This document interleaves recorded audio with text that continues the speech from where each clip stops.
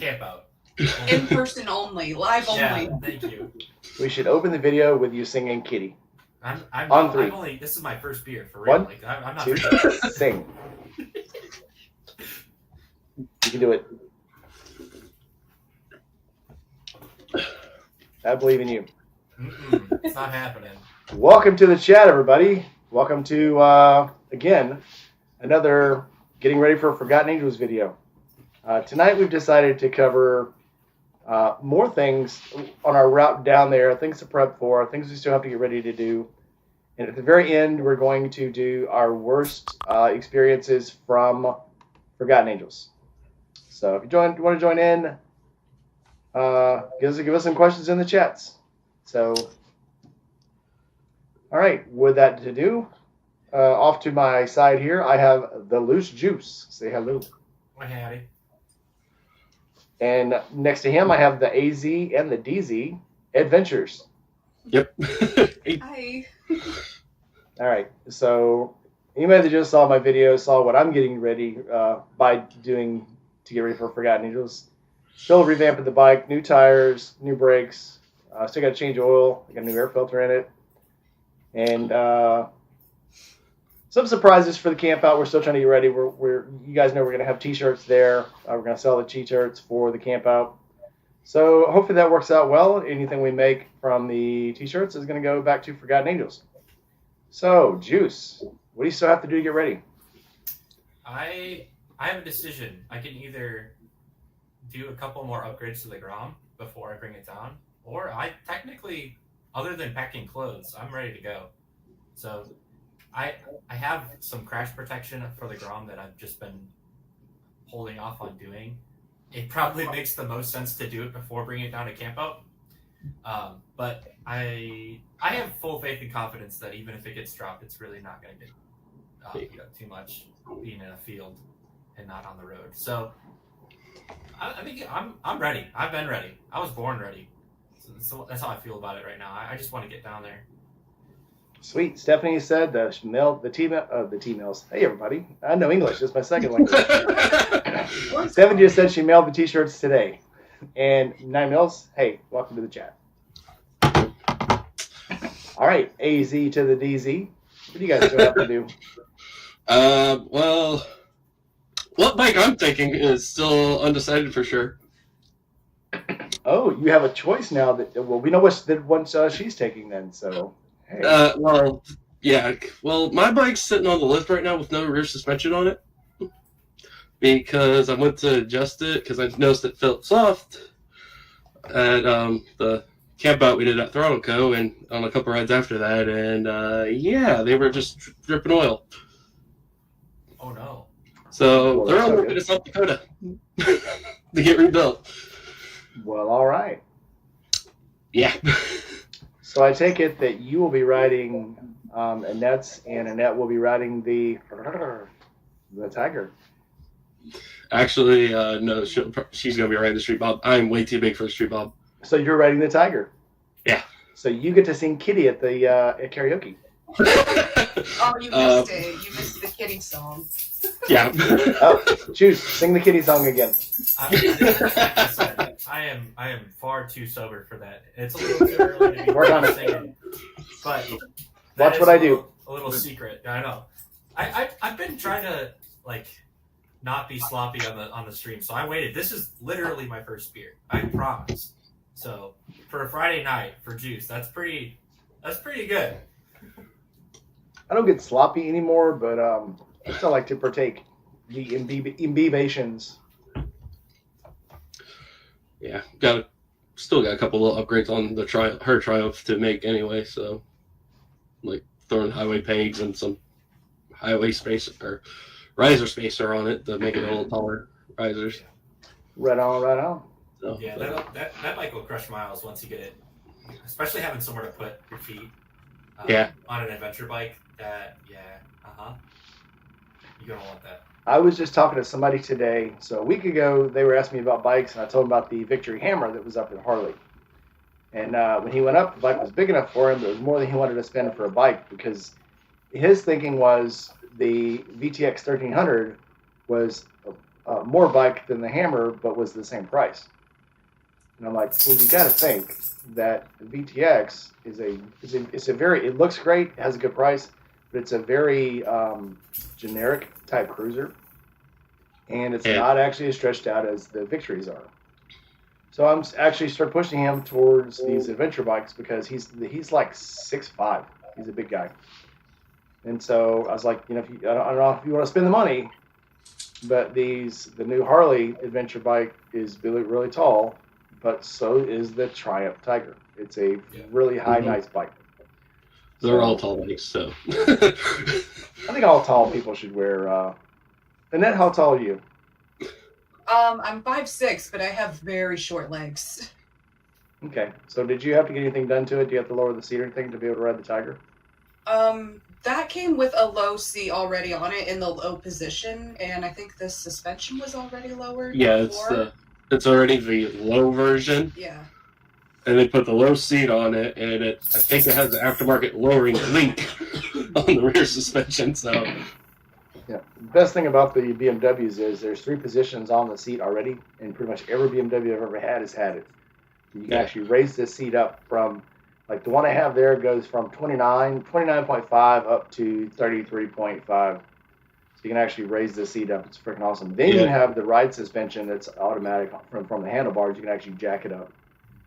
So I love it. I love an adjustable bike because even just being the same height, like not going to grow between trips, but riding around town and then riding on the highway, it's nice when you get on the highway to raise it up a little bit. So it's nice all around. Triumph does have adjustable 2 positions on the seats, so on the Tigers. So like the low seat, I put it in the high position because, well, obviously I'm taller, so it's a little more comfortable. I actually, when we went to bike night last week, I had it in the low position still, rode it all the way to Columbus, 60 miles one way. I'm like, not doing that again. Let's see who we had in the chat tonight. Well, we started with Bleak. I think Bleak had to duck out. We pulled the surprise on everybody. It was going to be at 8 o'clock Central, and then I made an accidental time change. I shifted. I really thought that there was 30 minutes between the end of my video and the beginning of this one, and I lost track of clock, I guess. I don't know. That's what happens when you get old. You lose track of clock. Yeah. So, but we have Stephanie also from Indy Ridge, the other half of Indy Ridge. So if you got something cool from Indy Ridge, thanks, Stephanie. Thank her in the comments. 9 Mills on 2 wheels. Nar will be in shortly. He's actually going to be live with us, but he's still bumping around. Rolling with T-Bone's in. Journey of Jerry. And obviously AZDZ Adventures. And yeah, I feel bad we had to move the time up, but I thought it was the best. I figured once we go live, everybody get their alerts, and they'll be popping back in. I just feel bad for people who thought, hey, I got a whole hour before this starts. I'm going to go get some dinner somewhere and come back. But hey, you'll catch the last half. No problem. Yeah. That's when most people jump in, right? The last half. Depends. All right. So AZ the DC, you guys have gone once to the camp out.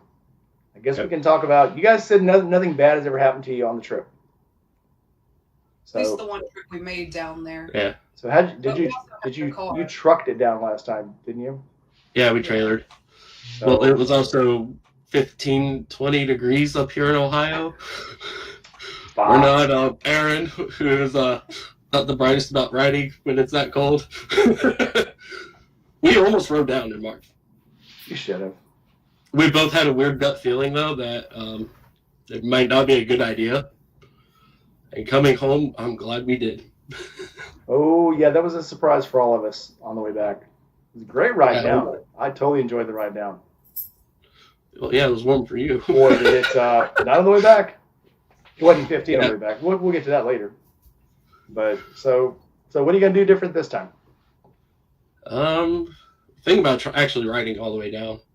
So, but what we did in March was got home from work, loaded up the car and everything, and then started our 1,000-mile journey down one way. Ended up stopping at Buc-ee's just north of Atlanta to take a nap. Which, Buc-ee's at 2 in the morning, if you don't like people, is a great time to go. Unfortunately, they don't have any food. except for what's like the bakery stuff. Packaged stuff. Yeah, like because we were gonna get cinnamon rolls, so. You still got beaver nuggets though, right? You can get those No. at 2 in the morning. What? You No. can't get beaver nuggets at 2 in the morning? You might be. I don't remember. I think we were mostly focused on just trying to get a quick snack and then going and taking a nap. True story. Yeah. True story. Iron Chief stepped in. Everybody say hello to Iron Chief. Yeah. I'm not sure. I've never seen him on the channel before, so everybody say hi and welcome. Welcome, Iron Chief. Yep. I think I've seen him on other people's lives, but never on my own. So if I have, sorry I didn't notice you before. Yeah, I think I'm pretty sure this is the same guy, but I think he's the one that created Rapstar coins. I think he made them out of brass. So he's been waiting on Josh and Shay to open that package and confirm they received them, but they're super cool. Yeah, I've seen him on other people's channels. But yeah, hey, if you haven't ever been to mine before, welcome. If you have, I'm sorry I didn't notice you, but you're here now. That's what's important. Yep. Bleak finally got back. Hello, Billy. Everybody say hello to Billy. Well, howdy. Okay, so this time you're actually riding down. Any special prep for your first ride in? Daniel McClellan's in. Hello, Daniel. Nice to see you. Not enough seat time on a Triumph for me. That's for sure. Because it's been like cold, rainy. Just kind of understands the weather we've been getting lately. Cold and rainy up here, and when it's 30 degrees and you only have a 10-minute ride to work, it's like, is it worth gearing up for that? Right. It's easier to ride 10 minutes. Here's my take on it. It's easier to ride to work and try to stay completely dry. And on the way home, don't even worry about gearing up. Just shoot it. Because once you get home, pull it in the garage, get naked in the garage, and go in. But Well, we'll catch a charge if we get naked in the garage. Yeah. What? Oh, do you share a garage? No, we have a shed on the very back of our backyard. Nobody will notice. It's raining. Who's going to look? There'll be somebody knowing our look. Freaking Ohio. Come on. Everybody's naked in Ohio. Not everybody. We've all seen the videos. All right, Juice. So what are you doing different this time? Well, first tell us about your worst trip ever to Forgotten Angels or back. So here's the deal. This will be my fourth time. The first 2 times I flew down. So, going to the airport, not so big of a deal. But this last time I truck and trailer 2 bikes down, and that was an experience because I pretty much one-shotted it. I stopped at a couple rest stops for like maybe a half hour each. Well, I take that back. I stopped in Nashville after driving for like 7 hours. Met up with some folks there that we know in Nashville, Whiskey Chaser, and then a few other people that were in the area for that time. Was in Nashville for about an hour or 2. Kept going on. I just had something in me. I was like, I'm fine. I'm good. Young and dumb. So once I hit the Florida border, that was very, very difficult. But I think the worst part of that trip in terms of driving, and Aaron, I wish he was on right now, was like on the way back up, it was like 3 a.m. or something dumb, and we were at a gas station, and I had pulled in, and there was like maybe one other car at this gas station. This place had at least 4 lanes of gas station pumps, and again, it was just me pulling a trailer, and then this guy pulled in behind me, and Aaron and I were up catching a breath of fresh air and taking our time, stretching our legs. And this guy, he was in a diesel truck, but the pump that we were at was up closest to the front. So for whatever reason, he really wanted to be at that pump that we were at. And it's 3 a.m, and we're getting really impatient, or he's getting really impatient, and then he's throwing a fit, cursing at us out his window. We're over by the dumpster having a breath of fresh air. And eventually I just get fed up with him bitching about it, and he's cursing at me as we're getting in the truck, and I'm like, I'm going, man. Like, there's like 8 other pumps you could be at, but yeah, sure. Like, it's 3 a.m. This is the fight you want to fight. So we leave. I may have flipped him the bird on the way out, and Aaron thinks that guy eventually caught up with us later and like just flew past us. Again, this is at like 3 or 4 a.m. So just big tough guy stuff. So nothing really too scary. It's just like idiot drivers out in the middle of the night. So you know what? If that was the worst thing that happened, that's pretty good. Yeah. Yeah. That's for sure. So what are you gonna do different this time? So this time, Park at the other pump. Yeah, I'll move. I guess I'll. Well, one, I'm not trailering, so that was the big thing. I think everybody's like, "Oh my God, you gotta get the Road King fixed so you can bring it down to Forgotten Angels." And I'm like, it really wasn't in the game plan because Really want to do that? it costs a lot of money. I mean, I couldn't even if I wanted to, but it costs a lot of money to trailer from Michigan down to Florida, which I know people do it all the time, but for me, just me by myself, like that gas bill there and back, which granted I had to take a detour to Jacksonville, Florida, and then through Ohio hauling Aaron's bike back, but yeah, that was almost $1,000 just in gas. So just gonna load up the Grom and my KTM Dual Sport is what we'll call it because it is street legal. You'd probably save on gas if you drove the Grom down. Oh, okay, Aaron. Absolutely. Yeah, Super things.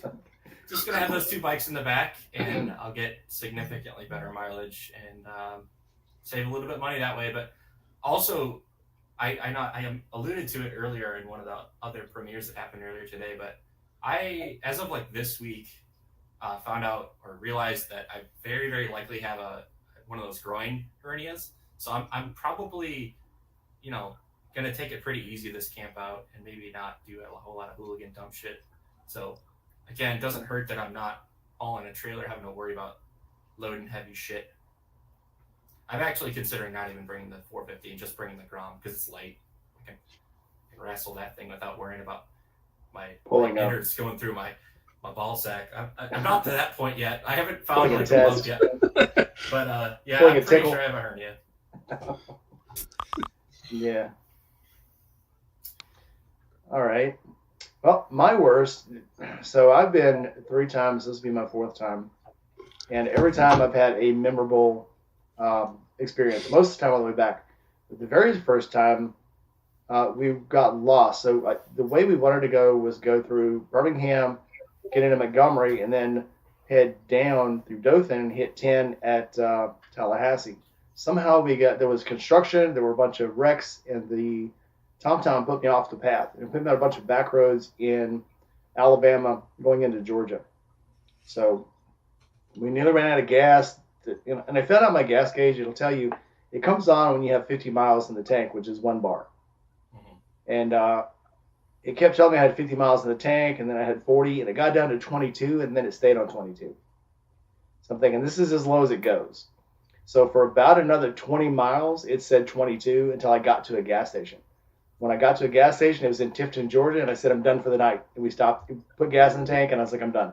And we stopped at the La Quinta, and that's how the La Quinta became our stop now when we go down to Florida.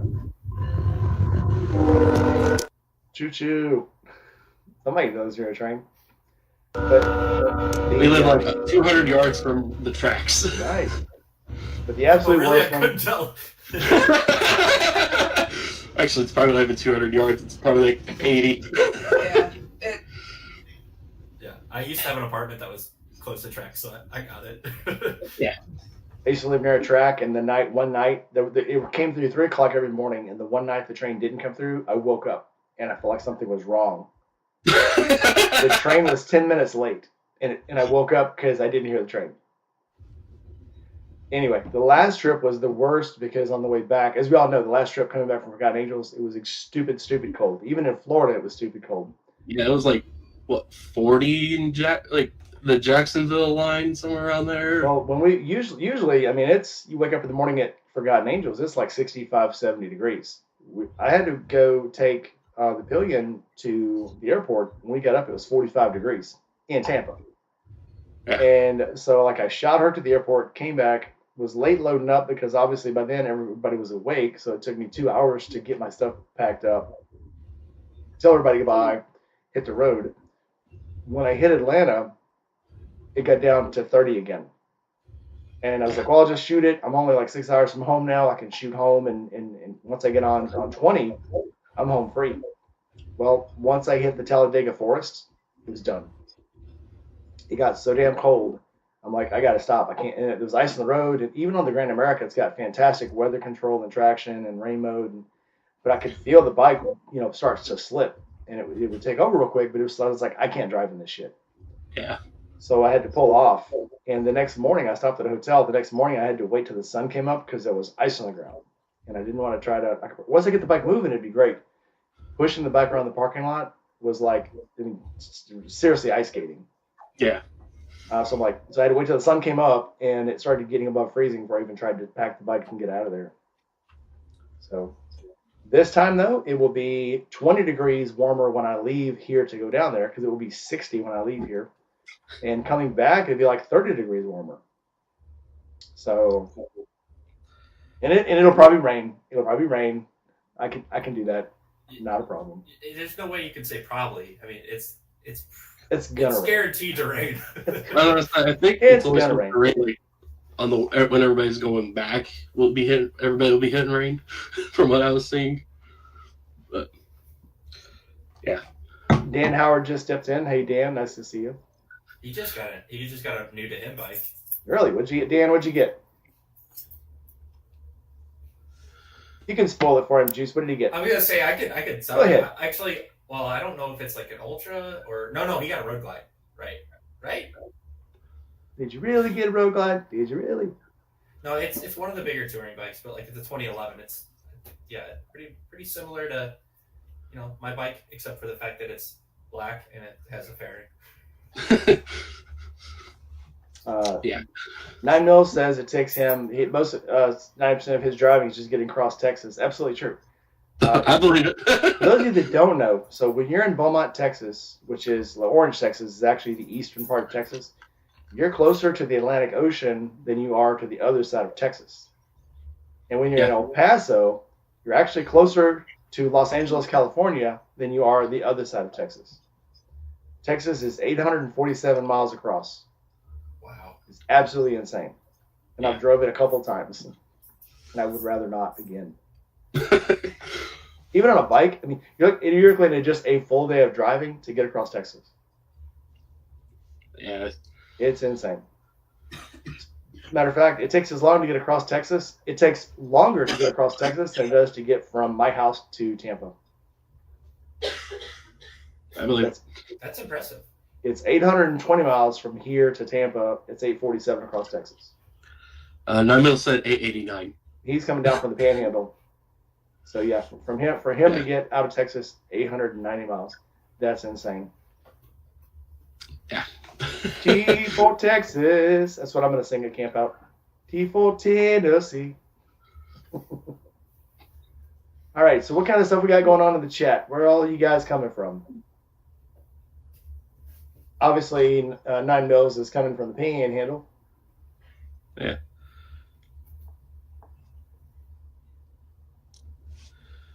Well, I know Dan's coming from Michigan, but they're on the other side of the state from me. Oh, they're on the Ohio side, not the Indiana side. Well, yeah.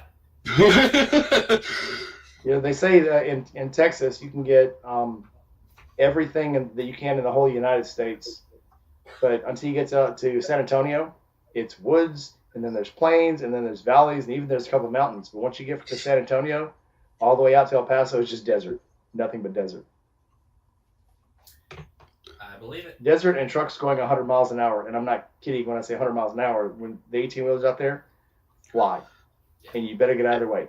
They will blow you off the road. If you've never been blown off the road by a rig, especially on a motorcycle, it's freaking scary. You got to brace yourself and kind of lean into it as they pass you. It's like a rhythm thing. William Atchison's coming from Omaha, Arkansas. I've never even heard of Omaha, Arkansas. Well, I guess I have now. Yeah. Iron Chiefs come from northern Indiana.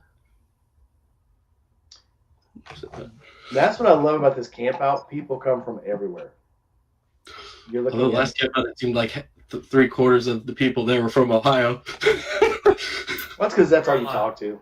Yeah. You're talking to more people this time. Yeah.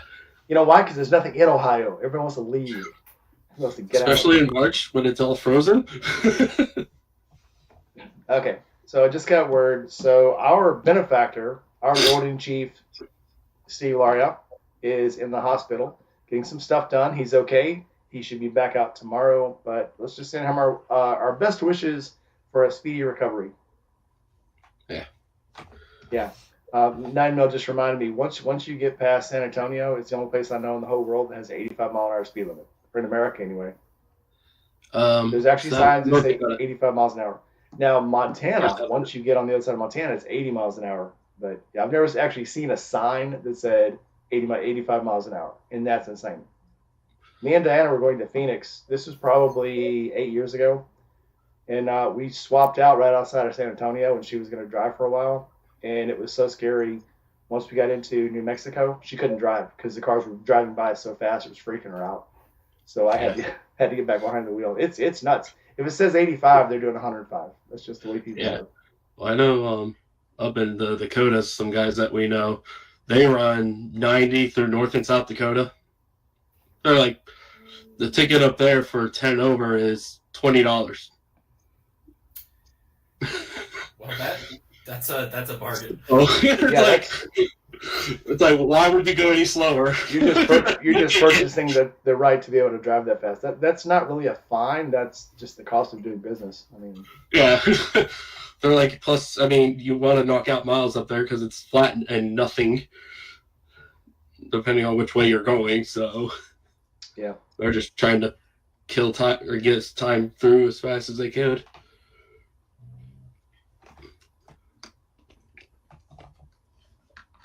So Stephanie, what do you drive? Let's clarify this. Stephanie says she went 1,000 miles in 14 hours. That's pretty quick. Stephanie's missed class. She's probably in a Porsche. Stephanie's classer than all of us here. Yeah. If you don't know. Last year, a guy set a record for one candidate on his motorcycle. I forget how quick it was, but it was like right around 13, 14 hours. But he had gas cans in both of his saddlebags and then a 5-gallon tank strapped to his back seat. He would fill it up as he's riding. I think I just put a pump on it. I mean, so these I can't remember what they call them. I think they call them mule tanks.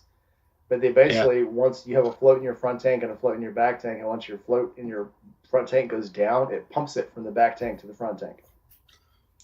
What's her name has on her bike, the girl that's from Poland / Australia, has one on her bike. So, and they're actually pretty cool. Yeah. It was an SUV. Well, that's pretty good time for an SUV. It's not bad. Must not hit any traffic. Well, if you've never been, so yeah, California, once you get out of Los Angeles, is open road. I mean, it's, especially like when you hit up into the mountains, yeah. Iced coffee. Concerts and iced coffee. That's one way you do it. Sing the whole way, yep. Yeah. All right, we are waiting for people to jump in. So we're waiting. So, no traffic. Yep. Yeah. I used to work for a sign company, and I flew into Los Angeles, rented a convertible Mustang, and drove out to Palm Springs. And once I got out of Los Angeles proper, there was like hills and cows and windmills for like 150 miles. It was nothing. And then once I got into the desert, Palm Springs, if you've never been, is like right in the middle of a desert. And you drive and you drive and you drive, and all you see is like real tumbleweeds and windmills until you get like 5 miles from Palm Springs, and all of a sudden there's a freaking oasis. And it really is an oasis. The first thing you see is when you drive in is all these freaking palm trees. It's insane. And a golf course. And a giant golf course. Of course. Of course. Of course, of course, of course. Yep.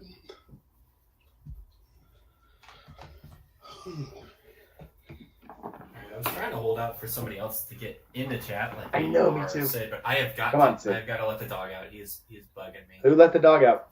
It's gonna be me. Oof. Meow, meow. No, start going meow, meow. I can't wait for this. We're gonna get you to do that on screen. Absolutely. speaking of dog. Busy cleaning himself back there. It was no dog. Yeah. I mean, if a dog ain't licking his butt, is he really a dog? Come on. Yeah, That's true. fair enough. Cats do it too. They're just really quiet about it. Dogs are just very vocal about licking their own butts. Right. Yeah. It's like they're proud. They want you to look. Look. Mhm. This is my butt. No, It's cats like chicken. when they act, they just look at you like, what? Yeah, cats are like, you're next. Okay. Ours will sometimes stick one of their paws like straight up in the air, like they're holding it, like they're waiting for somebody to call on them. Or to help, yeah. Yeah. All right, so what are you most looking forward to this year at the camp out? You've been once. You've seen the best of what it has to offer. This last camp out was a really good one, even though it was a little cold. But It wasn't cold down there. It was cold on the way home, and too, but you know. it was cold in the morning, and it was like surprising. I should have known that Saturday when we got up. I was like, it's a little cold this morning. No, Sunday was in store. It was coming. I thought it felt great, but you know. I Yeah, was cold, you're from the but- Great Northwest. I mean, the Great North. Yeah. Freaking Canada. No, not quite. I mean, it's only 2.5 hours away, or 3 hours. What are you looking but forward to? Getting to see everybody again, like hanging out, having a good time. There's a lot I'm looking forward to, like that onesie ride and the karaoke. The onesie ride. These Ren Fair costumes. For those of you who don't know, we're having a onesie ride. And we're going to do probably Friday morning. We're going to have a onesie ride to the scrambled egg. If anyone wants to go to the scrambled egg, if you have a onesie, if you want to get a onesie, pick your favorite Pokemon outfit, get a onesie, and go with us. Yeah. And I think there's going to be a wine tour again this year. It's not official yet, but I think we're gonna. Yeah, people are like, "Oh yeah, you missed out." I'm like, "No, we didn't." But we don't drink, so. I mean, sometimes it's cool to see like the buildings and stuff Yeah. for the wineries and like see the process, but if you're not a big drinker, it's not something you really like to do. Well, I just like to ride. I mean, the Yeah. memorial Yeah. ride was cool. The memorial ride was very cool. The ride to the little solo ride we had to Bert's was really nice. I just like driving with people, not huge crowds, not huge groups, and it's just fun. The breakfast rides were great. So, did you guys get to go on the breakfast ride with us? No, Yeah. Yeah. I'm gonna. Well, I didn't, but that's definitely like I'm doing that this time. I'm not doing the big group rides probably. Are you gonna wear a onesie, Juice? Yeah, I got my dragon onesie. I got my onesie. Nice. I'm about to go get my Stitch one, but it's like already packed up and buried. Yeah, this guy married right now. Yeah. Meanwhile, I just got like a race car suit onesie. like a speed racer outfit or an actual car outfit. Like a IndyCar race. Hold on, I'll Hey, send you sir. the picture on Okay, this. so the driver, not the car. Yeah, driver. Like, are you dressed up like Speed Racer or the Mach 5? She wanted me to do Bowser, but there wasn't very many good ones for that. That actually would be a good one for you. Yeah. And that was Aaron's idea, actually. Yeah, that was Aaron's idea, believe it or not. Cool. So yeah, Find that photo. longtime viewers on my channel will recognize this because Whoa. it's been in some videos. Oh. But Hey, Wild Sid has appeared. Yo, dudes, the Empire's pretty chill. Maybe you could, join it or something. That's Steve. yeah, Steve's chiming in. Steve is out of surgery and he feels a lot better. well that's great, and we're Good. hoping you recover pretty quickly here. Excellent. Yeah, get better, Steve, when you watch this. And Stephanie says she's going to check on him, so excellent. Everybody's chiming in now. Wait a minute. You two are coming in at the same time. Is there another surprise we don't know about? No, I just got off the phone with the lady. I do have a surprise. Hang on. Why does your backdrop look like Random's house? What's going on here? Is that the surprise? No, my surprise was I broke my hand. What? Oh, No. No. Wait a minute. No. Yeah. Raise it up again, Sid. Well, I did a crappy job. Oh, sorry. I did a crappy job rewrapping it, but So how bad is it? I don't like this. it's not too bad in my opinion. Like I'm not in a lot of pain. I have a boxer fracture, and it snapped at the base of the knuckle. So Ouch. So a split, not a cast. So no throttle hand. I could actually I have trigger levers anyway. I don't use my pinky or my ring finger to actually, actuate that. So which finger? What is I've been it? riding my bike all week. So, Oh God. Is it? Yeah, she's got an interest. She can still ride. I made a custom splint for it, so I'm stabilizing that entire area of the hand. But I've been riding my bike all week, no issues. Doctor was like, yeah, I guess you're doing it. Vibration Yeah. doesn't bother you. I mean, Damn right, I'm doing it. and doing it well. So what you're saying is I'm still the only person on this call that's not going to be able to make it to the camp. Yeah. Ooh, you whore. That's what you're saying. I'm Yeah. gonna be taking it easy. Like I'm not gonna be pushing myself too much. I'm leaving when there's not a whole lot of traffic, and if there starts to become a lot of traffic, I'm gonna cut off and just take my time getting down there.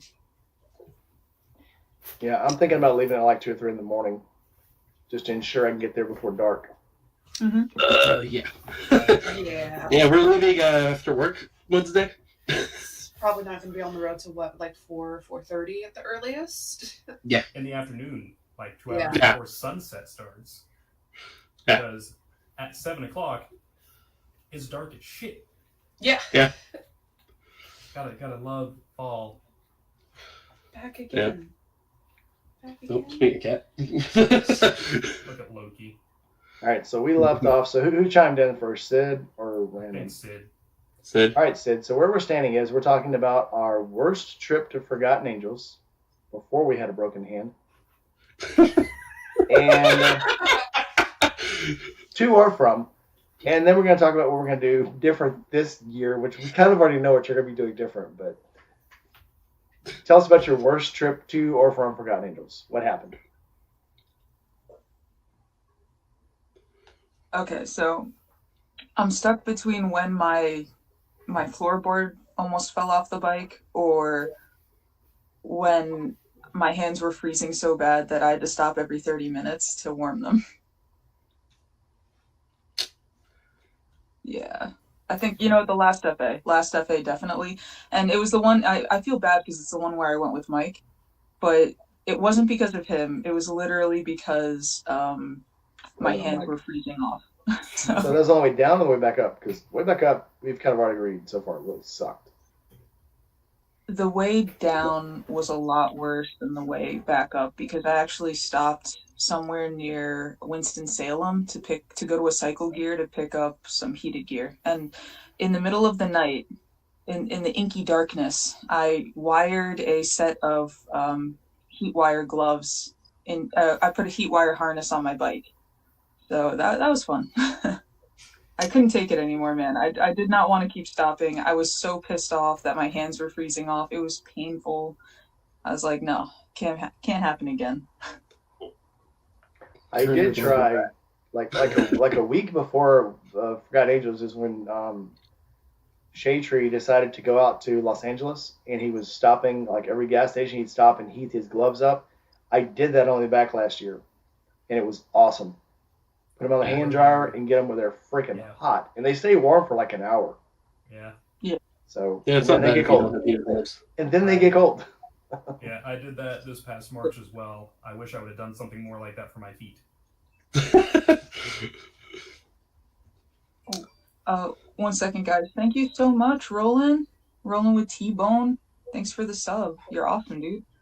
Yeah, if you guys haven't subbed all of these people, I know you've subbed me because you're on my channel, but if you haven't subbed all of these guys, Loose Juice, AZDZ Adventures, Seventh Sentinel, and Nothing at Random, go sub their channels.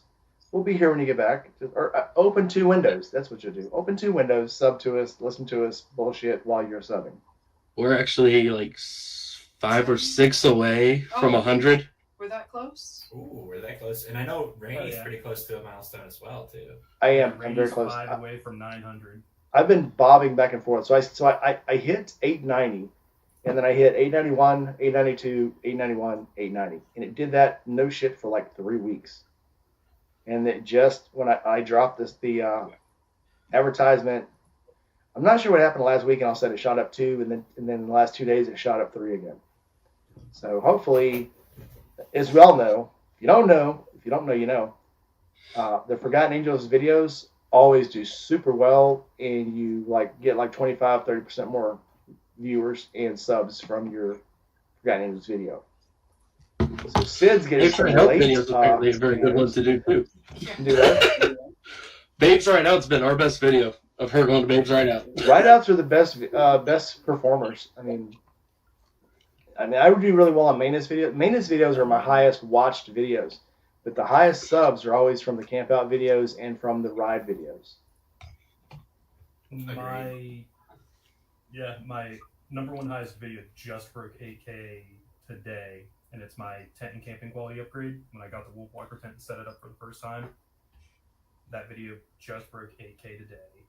My next highest view was from my part 1 video for this past March camp out at 600.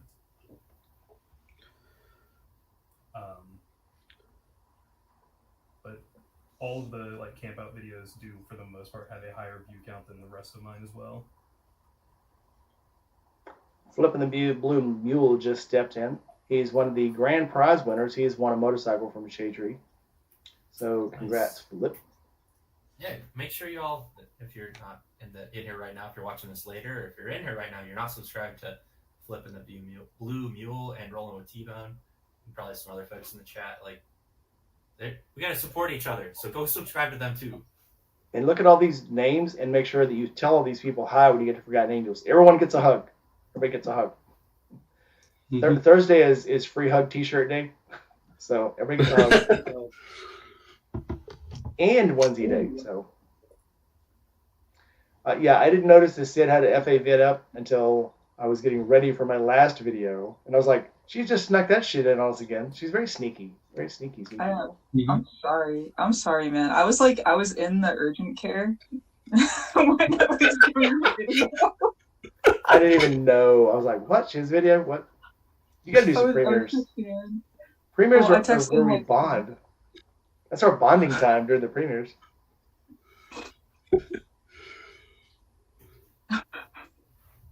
Fine, we'll forgive you. I should give more notice. I was actually surprised that I finished it, because that took a lot. You know how many screams I had to dial down in the audio? It was so much. I haven't got to watch it yet, so I don't know. Oh. What were the screams from? From you or from other people?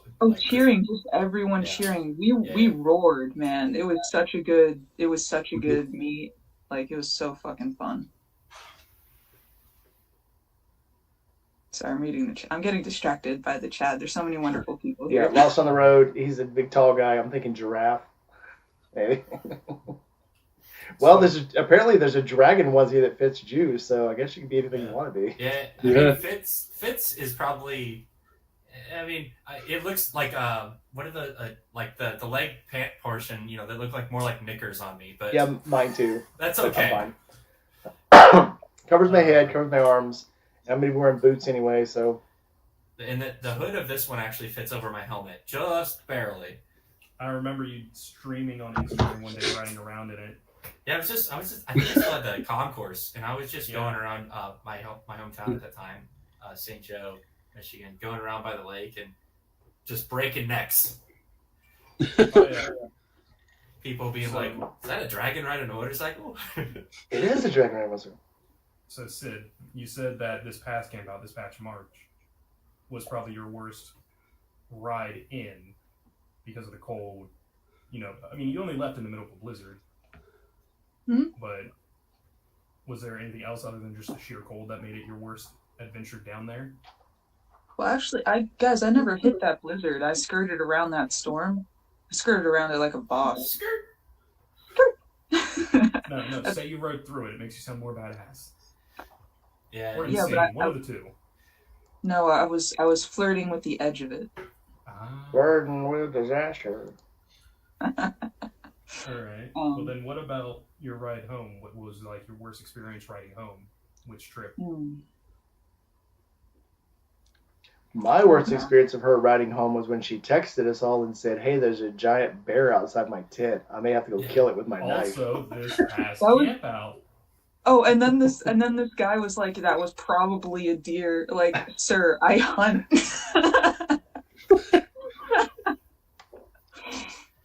But yeah, no, it's that was really freaky. I think actually that was probably my worst one back too. Now that I think about it, Because you didn't hardly sleep, you froze, you almost got mauled by a bear. I feel bad. Like if Mike ever watches this, he's gonna be like, "I'm never gonna go to FA with you again." I hated every moment. It's Tell like, Mike it he's wasn't bad you, luck. homie. Yeah, It wasn't because of you, it was because of the weather and the bear. It was everything else. Mike, when you don't come, it was like 90 degrees the whole ride down. What's up with you? Mike, you're bad luck. Stay home. No. I'm taking your bike though because there's more room on it.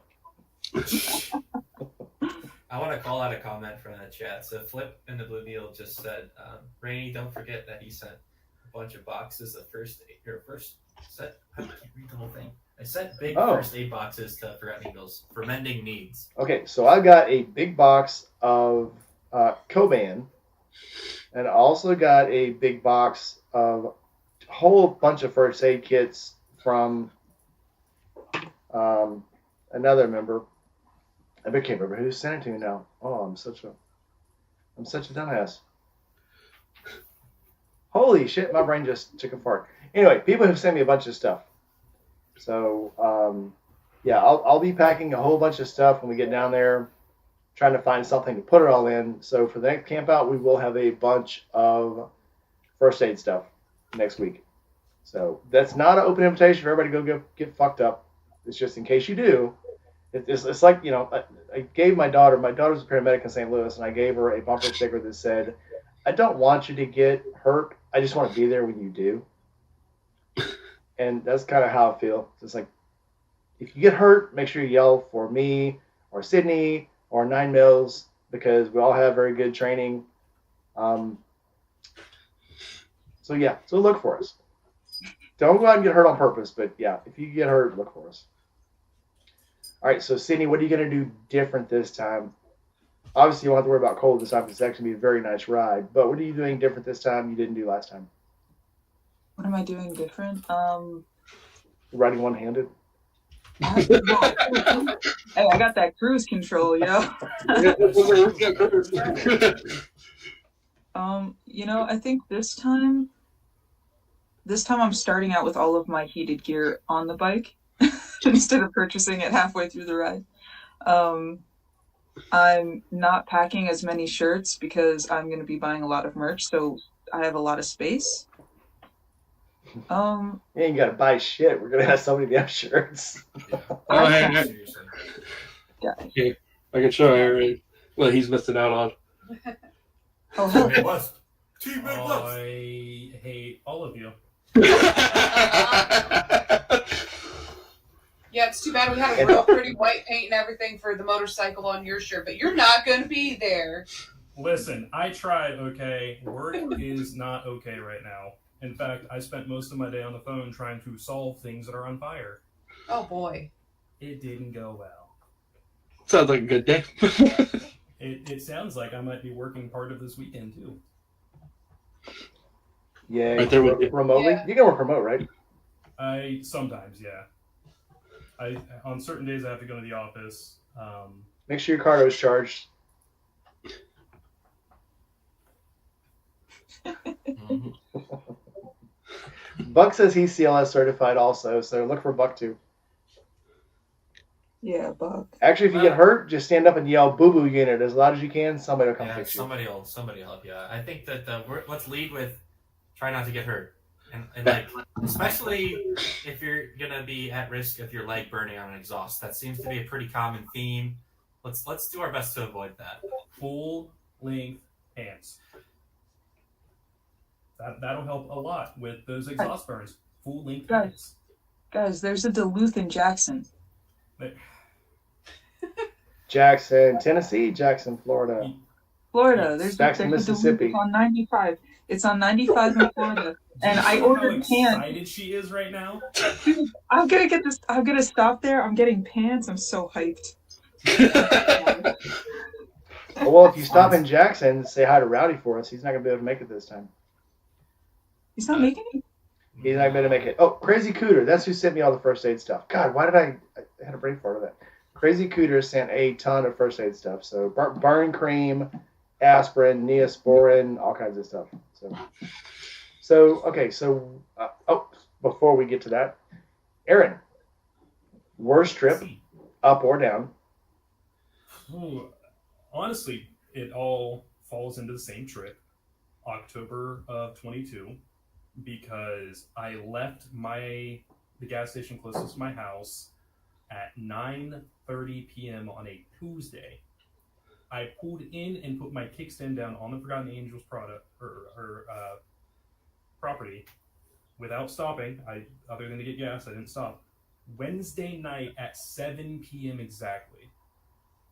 I rode through rain almost immediately when I left my house, and I listened to somebody from up here who said, just go to Walmart and get some cheap frog dog gear.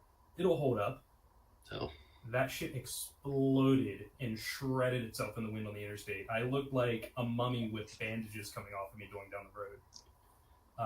So the rain gear lasted for the first hour of being on the road, which is when I hit rain before I even got out of Ohio. I got stuck on the I-75 bridge going out of Cincinnati over the Ohio River into northern Kentucky for about 40 minutes in the rain and the wind, because you're on a bridge over water. Did you just scream out into the nothing and go, why? No. I was still a little sleep deprived and tired, and the caffeine hadn't kicked in yet from the Monster I chugged at the gas station, despite being 2 hours. I just turned the music up on my Senna and started bopping. It was when I got stuck behind my second traffic stop of dead stop traffic somewhere in southern Kentucky that I started yelling into the ether, why me? Why this time? T-Bone, don't encourage her. And then there was a third time I got stuck in traffic, which was on... it was after I got into Florida. It was like right after getting past the big Welcome to Florida Center, where I stopped with Rainey this past March, because I've never stopped there before, because I've always traveled alone. And it took me, once I got past that, I got on the exit I was supposed to take, and then it took me 4 hours to get to the FA property from there. It took me 2 hours to go the last 12 miles to the property. Good old Florida traffic. I never got a chance to pull off and take my layers off. So I pulled onto the FA property. It was on the 7th, and I had compression thermal leggings. I had sweatpants plus my jeans. I had a thermal compression long sleeve shirt with a t-shirt and a flannel, a hoodie, and my faux leather jacket on when I got down there. But then that faux leather jacket also failed on the way down. The zipper exploded at one of my gas stops in north of Atlanta. So I had to take my hoodie and one of my extra hoodies, just a really thin one I had, and put it on over the leather jacket to keep it closed. So I looked ridiculous. I was drenched in sweat. I was exhausted because I had ridden for about 22 hours straight. I put my kickstand down. I got my tent set up. I got my sleeping pad set up in my tent. I took everything else and just threw it in the corner. I was supposed to go to the Dirty Chain to meet up with 3 of our friends, Juice being one of them, Whiskey Chaser being one of the others. And I sat down on the ground next to my bike. And then I didn't get back up for about a half hour, and I texted them, I'm like, I can't make it. Yeah, Luckily, it was a good time, but I definitely understand why you didn't come out. I was in so much pain. Yeah, no, like you definitely made the right decision, but I mean, we had a good time. It was a good group of folks. It got to be the Dirty Shame experience. Yeah, I was tired. I was super dehydrated, super tired, super hungry, and a lot of pain. And I was like, I don't have the energy to go get food. And I wasn't gonna ask anybody to. And then Boston was setting up next to me on his little trail 125, and he looked over at me and he said, "You hungry, bud?" Like, yes. And then he just pulled out like a package of crackers, cheese, and sausage or salami, and we just sat there and just started snacking off of it. And I looked at him and I'm like, "You're a fucking lifesaver." And then I met Trucker Paul and Matt for the first time because I walked over by the big fire by the main entryway and talked to both of them for most of the night before I went to sleep. And then the trip home was also the worst trip ever because I rode through about 600 miles of rain across 2 days in below 50-degree weather. Got home and laid in bed sick for the rest of the week. Couldn't talk, couldn't hardly breathe, and I still worked because at the time I was still working remotely completely because I didn't have the time to take sick leave at that point. So I was miserable the entire time, and it was just the hardest trip home. You know, I was really bummed out about having to spend the extra money on a hotel room, getting just completely drenched through, not once, but twice. And I just had such a great time at the October camp out. I, made so many more connections because March 22 was my first camp out. I didn't talk to like anybody. I was just so overwhelmed and shy and nervous. And October is when I connected with everybody. I connected with so many people. I connected with pretty much everyone here in the live stream, excluding Devin and Annette, because I met them locally. But all of you, my first real time getting to really interact and talk with all of you was the October campout. Justin I met a couple of months before in Camp Out Quarry. Didn't really talk much there. Talked a little in one of the Discords after. Mike, you were also. I get to see you like a month before that, yeah. Yeah, you were up. It's that guy in the corner. At all. You asked Nicole, was like, "Who's that weird kid that didn't talk?" And she's just like, "Oh, that's Aaron." No, it was like,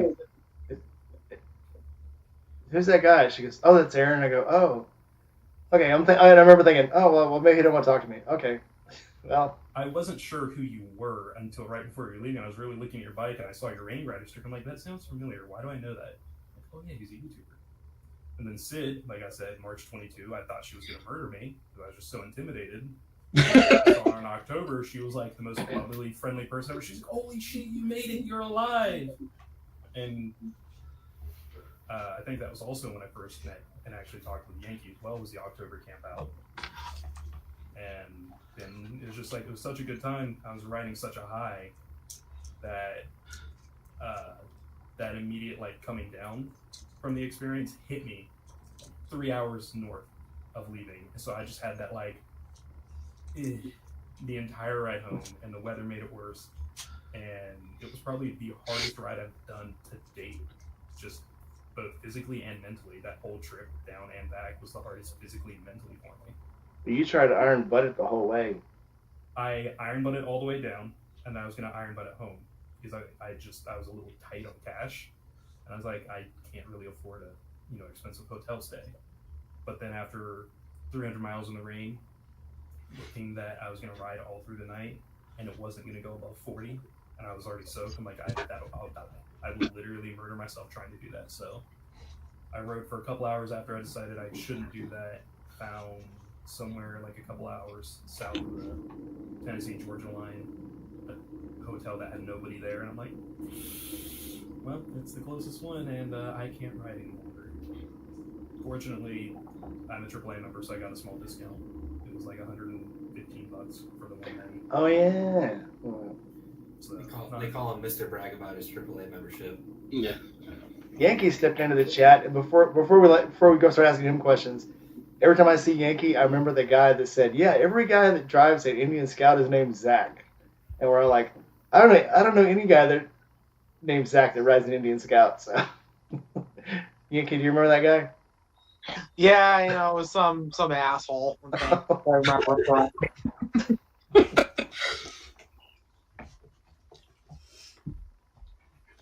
Find it.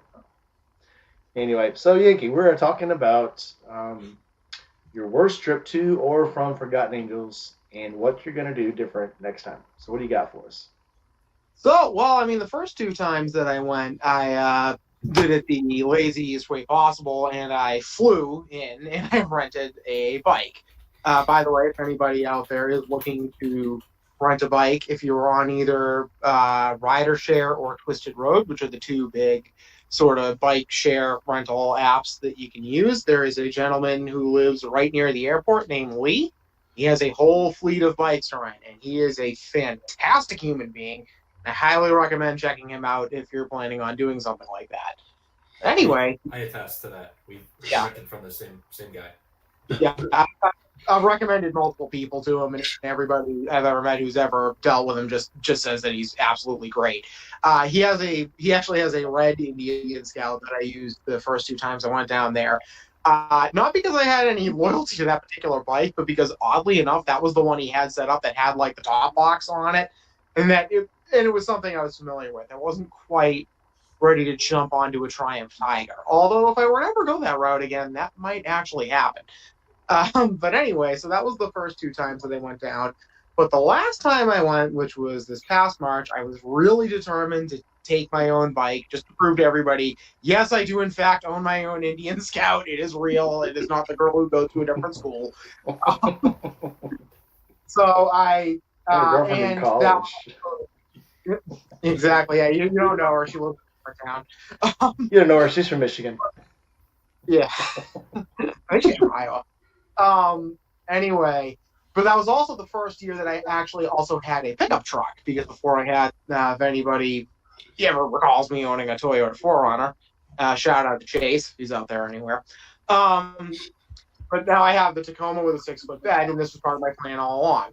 So I got that. I went and got some good straps. I went and got a loading ramp. I had my 2 uncles show me how to use it and get the bike on there. And I put the bike in the back of the pickup truck, and with the intention to drive down to Forgotten Angel. I loaded the bike into the back of the truck a couple of days early. I went to work, and then I drove down to my parents' house in Massachusetts with the intention of leaving from there the next morning. The day that I was down there, a nor'easter rolled in March and dumped 2 feet of snow in western Massachusetts. Thankfully, that's not the part of Massachusetts I was in, but I had to drive through that part at like 4 in the morning the next morning.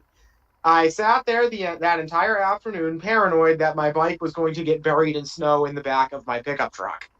Thankfully, that didn't happen. Most of the snow actually missed the little part of eastern Mass where I was, but I drove through the remnants of a blizzard on my first way actually coming down to Forgotten Angels. I was very grateful to have the truck, although I will say the bike took a little bit of a beating from all the ice and the little bit of salt that was on the road. I did my best to try and keep it clean, but there was only so much I could do. And from there, the journey really began, and I drove all the way down the East Coast from just outside Boston, Massachusetts to Tampa, Florida, which took me about a day and a half, and that was very much an adventure. I had never unloaded the bike solo, so I didn't even know exactly how I was going to get the bike out of the truck once I got there. I was basically just living on a prayer going, well, I know a whole bunch of people there, and a lot of them are pretty burly, so I'm pretty sure I would. And I think it was I guess myself I was- in Boston, and I don't know, Aaron, were you there when he pulled in? Because I remember it was just like a flood of people. Were like, yeah, shit, you want a beer? Like, we'll get this thing out of there, no problem. Yeah, I was pretty tired too. I remember, so I kind of opened the driver's side door of the truck and like fell out onto the lawn and Forgotten Angel. So I was like, "Hey guys, what's up?"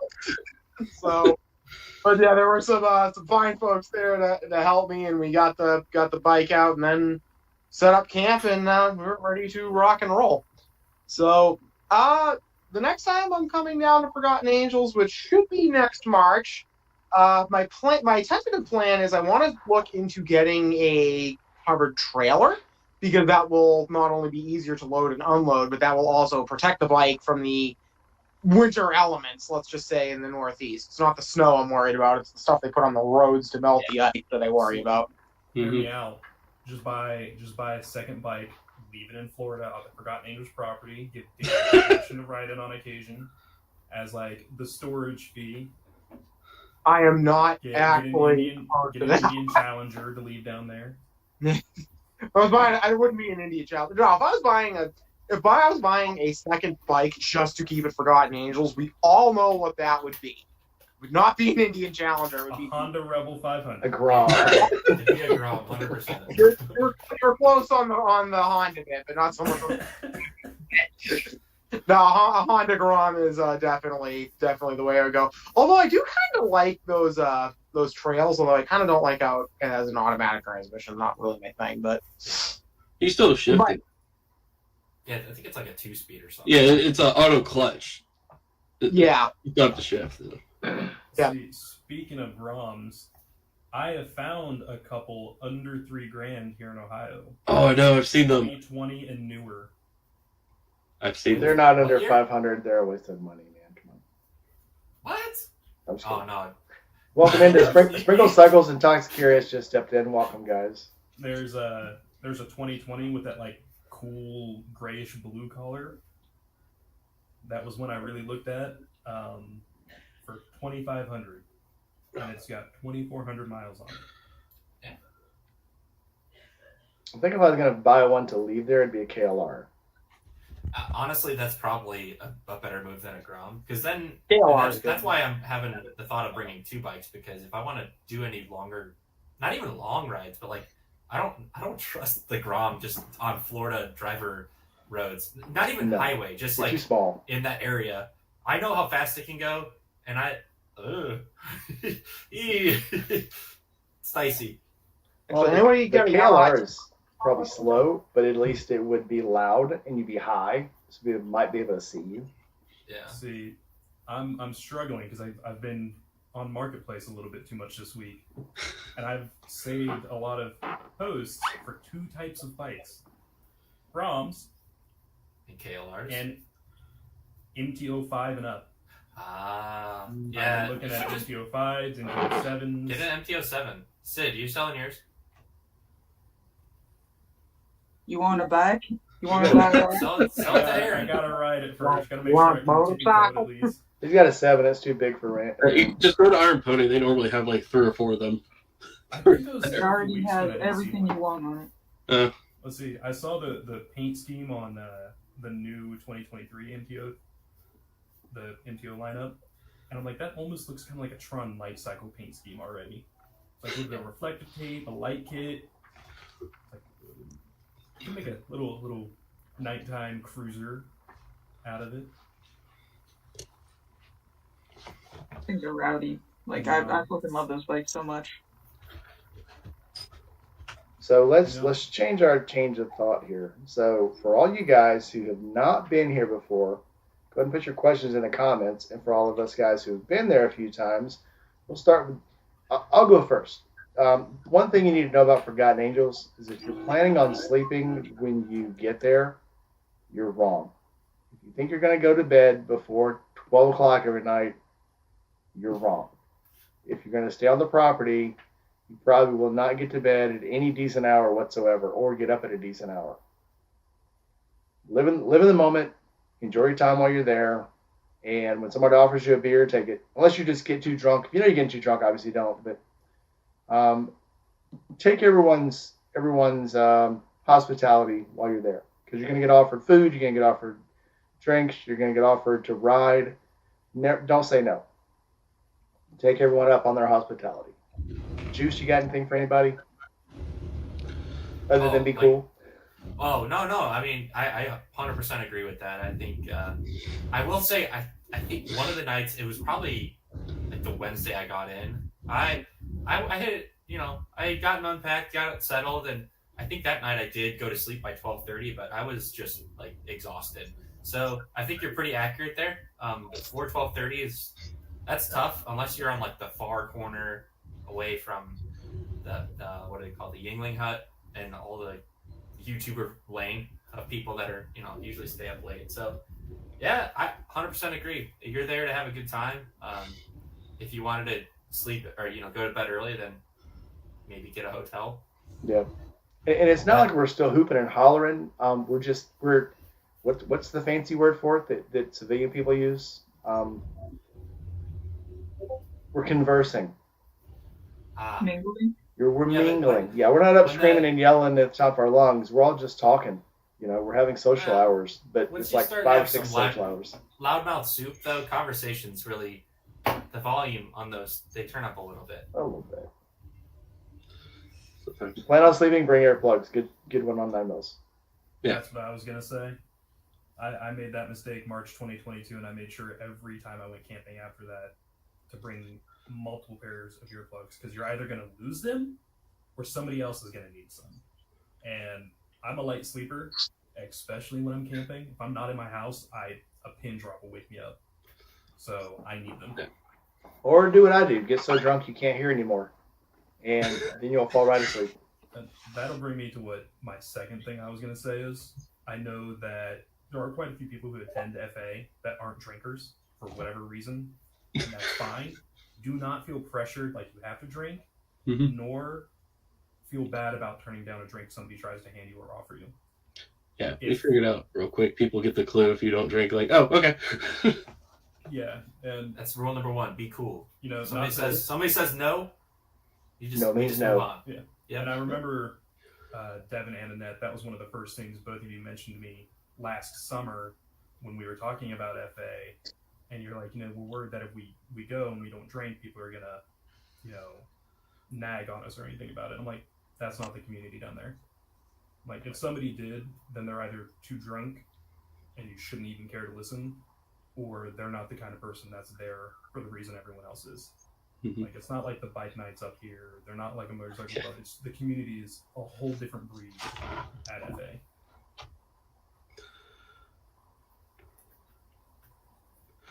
Yeah, true story. But if you are a drinker, and so what we did with the first couple campouts I was there, when we didn't have like kegs of beer there. You just went and there was always a couple of cases of beer in the refrigerator. So everybody was constantly bringing in cases of beer and putting them in the cooler. So if you do, yes, the kegs are for everybody, but if you decide to go into the cooler and take a beer, remember that somebody put that there. So it's just like, when you restock the refrigerator. If you take one out, put one back in. If you go in and start taking beers out of the cooler, your next trip into town, pick up a couple of cases of beer. Give back. Yep. Or, even on top of that, if you're somebody who's very picky with what you drink, like you only drink a specific type of liquor, or you only drink like a specific type of beer, go to literally any liquor store and they have those small white styrofoam disposable coolers. Pick up one of those, strap it to your bike, bring it back. Go to the gas station down the road, get a thing of ice and the beer you want, and keep it by your tent. Yeah. If you want to buy your own, and you don't want anybody drinking it, put it aside. And nobody will say anything about it. But if you put it in the common cooler, it's probably going to get drunk. If you leave it in a cooler by your stuff, it will be untouched. Yeah. You might have other people ask, "Hey, can I put this in here?" Yeah, I was gonna That's say up to you. that was my mistake, which I'm gonna do that mistake again. I actually don't care that much, but when I have my truck, I got a cooler, and then I'm like, yeah, I'll get beer because if you're hanging out by your stuff, like where we were camping, like if you wanted to go to the keg, that's fine. That's like all the way, that's literally across the campground if they put it out in the goat shed. But regardless, it's nice sometimes to just have a beer there, but then it's like, hey, can I have a beer? And then it was, hey, my buddies over here want a couple beers. Can we grab some? And I'm like, whatever, just do it. Yeah, I mean, if you want to get a big cooler, I mean, shit, we'll all partake and put in the cooler. And, we can all share. That's no problem.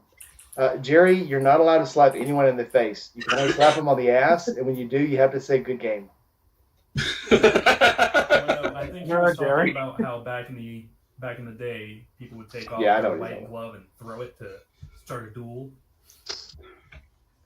Yeah, that was a sign that you've been offended. So, no, Jerry, no slapping. Unless permission is given first, because consent is okay. And no grabbing by the cocky balls unless you've already kissed. Listen. Okay, so Sid, a bunch of people in the comments were asking about how your hand got maimed. You want to go and tell your story again? I punched a TV. Fuck Jerry Springer. Tell the whole story. No, I'm just gonna leave it at that. I punched a TV. Nobody likes Britney Spears. No, I'm just kidding. No, It's not- It was a miss. I hit there was a metal plate in the back. I shattered the TV and I hit the metal plate in the back, and that's what hit my knuckle. the surprising part is I thought you were tougher than that. You let a TV So- kick your ass. Not tougher than titanium, apparently. Why, Damn it. Work why were harder. we punching TVs? It was not a stationary TV, and that It is was the only other thing that will be said. The TV was in motion when said punch was thrown, instinctively and defensively. Get it. Oh, TV. But she will be coming to Forgotten Angels still, so no one panic. Or panic. Wait a minute, you're not gonna be able to drive. You're not gonna be able to drive the Grand America. There's a will, there's a way. We'll see. We'll see. I'll see how I feel when I get down there. Like, if it was a miserable ride, I might. You know what, guys? Careful. I might be grumpy when I land at FA. Just make Because sure you I might have be in snacks some ready. pain. You'll get there before me, so you'll have time to cool off before I get there. So I don't feel That's threatened. true. That's true. That's true. Well, depending on how long it takes. It may take you longer to get there, yeah. So we'll see. Matt would like to know which knuckle, Sid. Oh, all right. So it was a fracture on Goes into my. the second knuckle. It was a fracture on my metacarpal 5. So that's my pinky. The one, my pinky one. Which at the base, the one in the middle, the one out near the end. Oh no, it's at the base. So it cracked on the palm, like down towards the palm. Down here? Yeah. Okay. Yeah. Yeah. So it We was have like both the other I mean, knuckles. it was like this deep or like this Okay, deep? so That deep? I was gonna ask if it was the two in the pink or the one in the stink. like right Clarify. there. It broke right there. Yeah. So about halfway back down your palm. Yeah, I mean, like it's at the knuckle, like right there. Well, you do have small hands, so it's Oh, dude, my hands are so dainty. Like But they hit so hard. they hit hard. They're glass It's- cannons. it's- You make up It's with like it with a your hammer. triceps, though. it's like a hammer that has the grooves cut into the head of it. It's more pounds per square inch pressure. It's like Yeah. a nail. Okay. Yeah. It's like getting hit with the point of the nail instead of the A smaller head. fist punches harder than a bigger fist because there's less surface area. Penetrates. She's got penetration effort. That's what she said. Rainy, I can't take you nowhere nice. I'm sorry. I've already had my whiskey for the night. Okay, so. All right, AZDZ, what would you tell a person coming to Forgotten Angels for the first time? How to prepare? Don't be afraid to go up and talk to people. I know that was one of my biggest things. Like, I'm a huge introvert. I'm very, very shy until I get to know people. Yeah, you can stop over there. Stop, Aaron. We're all huggers. Walk right up to us. Yeah. Yeah. Yeah, if you see any give- of us there, just walk up and say Give hi. warning And first. Juice was actually one of the first people that we met. yeah, down just there. Yankee. Yeah, I think Aaron, I remember. was like, "Hey, these are my people." I'm like, "Hi, people. Nice to meet you, people." Well, that was This is my after you tribe. finally showed up because we were there setting up, and you and Yankee were walking around. I believe that. Yeah. See you, T-Bone. See you next time. I recall that. Yeah. Partially. I was gonna say it sounds vaguely familiar. It sounds like something I would do. I feel Yeah. like y'all met before Rainy Eye and Kenny all got there. Yeah, we were there hours before you. Yeah. We took a couple longer stops because somebody's bike was losing oil and we were not sure what was going on and we were concerned. I heard it's because the rider didn't know how to ride it. Nah, I think it's just because it was a piece of shit Sportster. Well, it wasn't slower bike that really slowed us down. That was Kenny's first trip, and I'm more than happy to slow down for somebody for the ride because you're going to enjoy it more anyway. So I mean, it's like Sid with her Mike. If you rush them, they want to enjoy it. Yeah. And even though it's slower than your normal pace, you want people that you ride with to enjoy their ride. So. Yep. But next That's time, that's why we say ride your own ride, even with people you know. It's because some people like to ride fast and aggressive. Some people like to take their time and enjoy it. Mm-hmm. I don't. On I that rode note- with Sid in Jersey. I had a very different experience. On that note, have some kind of navigation. Even if you go on a group ride, have something with you that'll navigate you back, just in case you Oh, get for lost, get pulled off, have to stop. Have a phone with navigation, and I recommend that they're very cheap. You can get very, very cheap handlebar mounts for your phone, or you can get very expensive ones. I started with a cheap one just because I didn't know if I wanted a handlebar or a phone on my handlebars, and then after a while, I decided I liked it a whole lot. So then I went and got a more expensive rock form. So I'll say this about Rockform. If you can't get a case for your phone, specifically for your phone, if you have to use this all-purpose adapter, it's not worth it. I got this for this phone right before the March camp out, the case and the all-purpose adapter that'll go in any case, and it snapped on me about halfway through last month. It cracked right across where it locks into the phone, so I'm on a new case and a new mount, even though I don't really have many more rides left this year. I went ahead and replaced it just because I'm so used to having my phone out in front of me in case I do need to look up directions, because I have a tendency to just hop on the bike and go with no direction, no destination. It's like right or left, oh, I'll take a right. Right or left, oh, I'll go left. Right, left, or straight, I'll go straight. And then next thing I know, I am 2.5 hours away from home in a field. This happens is pretty the regularly. code that we live by right here. Which way is north? I don't know. Just follow it. Are you making fun of my compass that doesn't point north? No, I'm making fun of the thing that Sid gave us. That's like, she gave us this thing, and then I don't know how to use it. But I think that's the point. That's the same thing that's happening right here. It's a compass. It doesn't point north. Hey, Jack Sparrow. Follow your dreams. And don't lose sight of who you are. That's what it means. Follow the guy in front of you and don't lose sight of the gas station exit. Yeah. Or something. I don't know. Oh, that'll be another thing, I think, because some people are starting to group up more when they come to FA instead of being solo riders. Make sure you know how to communicate with each other. Yeah. Know how to point at your tank, get the person's attention, whoever's leading. If you're in the back, you might have to get in the lane over and jump up front to get the lead's attention to say you need gas. Figure out how to communicate with each other on the road, if it's through headsets in your helmet or, hand signals. And don't be afraid to, if people are going too fast, break off, slow down. If you're the one leading and you feel like people are pushing you too hard, the next stop you make, let them know. Say, hey, I'm uncomfortable with how close you guys are riding on me. Either slow down or we can change who leads. Don't be afraid to voice your concerns. Yeah. But if you're following someone, remember that the middle lane or the left lane means I'm just going to go forever. If the guy you're following gets into the right lane, it may mean he's about to get off. Don't try to pass him. That could mean that, yeah. If he gets into the right lane, stay behind him. Yeah. Like someone in my group I was on one time decided to play around and fly by me on his bike, and that was our turn. So we all had to come to a screeching halt because I thought something was wrong. And he's like, "Oh no, I'm just trying to zip around. I was playing."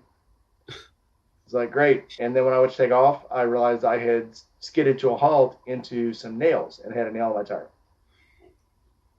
And he never forgave himself for that. I forgave him, but he never forgave making me spin off real quick into the shoulder in a bunch of trash. Yeah. Side note. Anyway, Yankee, what you got for us? What would you tell someone that it's their first time at the camp out? I mean, and that kind of took it right what I was gonna say. If you're going down there for the first time, you're not really sure. You're maybe not the most social person. You think, oh, what if they think I'm weird? Well, I'll give you a hint.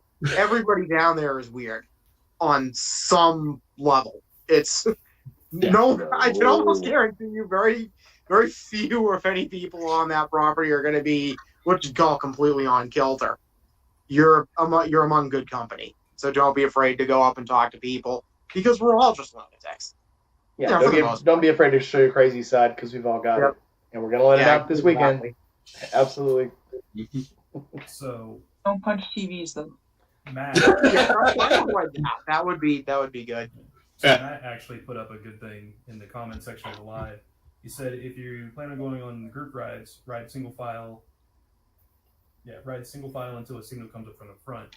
I think in general, if you've never been in a group ride and you don't know what the hand sign and you don't know about hand signs, look those up before you ever join in a group ride. Just because that's how we communicate in a large pack. This past March, right before we went on the what was it? Remote Coders and Nick Miner Memorial ride. Yeah, the Memorial ride. Rowdy came over to me and said, "Hey, I'm going to go on this group ride, but I've never ridden in a group." I'm like, "Okay." And he's like, "What do I need to look for?" I'm like, and it took me a second to process. I'm like, "Are you talking like hand signs and stuff?" He said, "Yeah." So I gave him a quick rundown on what I knew. You know, right, left, stop, slow down, single file, double file. You know, Important stuff. Some of the more generic ones you're going to see. Yeah, I will. Oh, go ahead. Sorry. And if you've never ridden in a group, I would recommend be in like the back half. Don't be dead last, but don't be right in the middle either. Kind of try to be in that back half because that's going to be a slightly safer part of the pack. Usually. A good group ride leader will usually give, because every group, there's very standard signs, but there's always some that they'll use that kind of aren't standard between my part of the country and your part of the country and their part of the country. Like putting your foot out. That can mean different things on which part of the country you're from. Sometimes it means there's an obstacle, avoid the obstacle. Sometimes they're just stretching their legs. I mean, be aware of what's going on. But David was very good about, he gave the basic 5 signals and said, right before we all took off, he gathered everybody around and said, look, here's what we're going to be, here's what we're going to do. And they did it with their blockers too. But one thing that always drives me crazy is new riders think that the way, once you get to riding, if you're going to ride with somebody, you got to be handlebar to handlebar, brother. That is the worst advice anybody can give you. Even me, having ridden for the last 40 years, I will not ride with handlebar to handlebar with anyone because it's stupid. So side by side, just cops do that because they are highly trained. Right. Anybody else? And they do it for a specific reason too, where they can stay stacked up. Never think you need to ride handlebar to handlebar because it's a horrible way to ride. When you're staggered, you get more braking room. You can brake right or brake left and go between people if you have to. But that's why most group rides will tell you, we're going to stay staggered. Don't try to go handlebar to handlebar with anybody because it's just dangerous. So don't think you have to do that as a new rider. Stagger if you're coming to a stop, just so everybody's closer together. Yeah, and when you stagger, you can brake. I mean, when you go to stop, true story. When you go to stop, you can pair up side by side, and once you take off, you're going to stagger up again. So, if somebody breaks out of the stagger, give somebody time to take up or move up, and if they don't, go and move up into the next space. But don't just immediately think if they move back that you need to zip up to them, because there may be a reason they zip back. They may just want more room between them and the other person. So be very courteous to all your fellow riders also. Because I saw, I think it was Crash started moving back. People were like zipping around him because he was trying to be slow. Well, there's a very good reason that Crash needed more room between him and the guy in front of him. Yeah. So when somebody got in front of him, he needed to move back even a little more. So be courteous. Don't just think that if somebody's doing something weird that you don't know what it is, that they just don't know how to ride and they're being stupid. I've said my piece. I have another piece of advice to give, though, something that kind of just occurred to me. And that's just a very simple thing. Say yes. You know, if you're down there and somebody says, hey, we're going to go to this place that, we've never been to before, go check it out. Don't be afraid to say yes and go on an adventure. Somebody says, hey, try this, weird thing. Don't be afraid to say yes and do it. If somebody says, hey, you know what?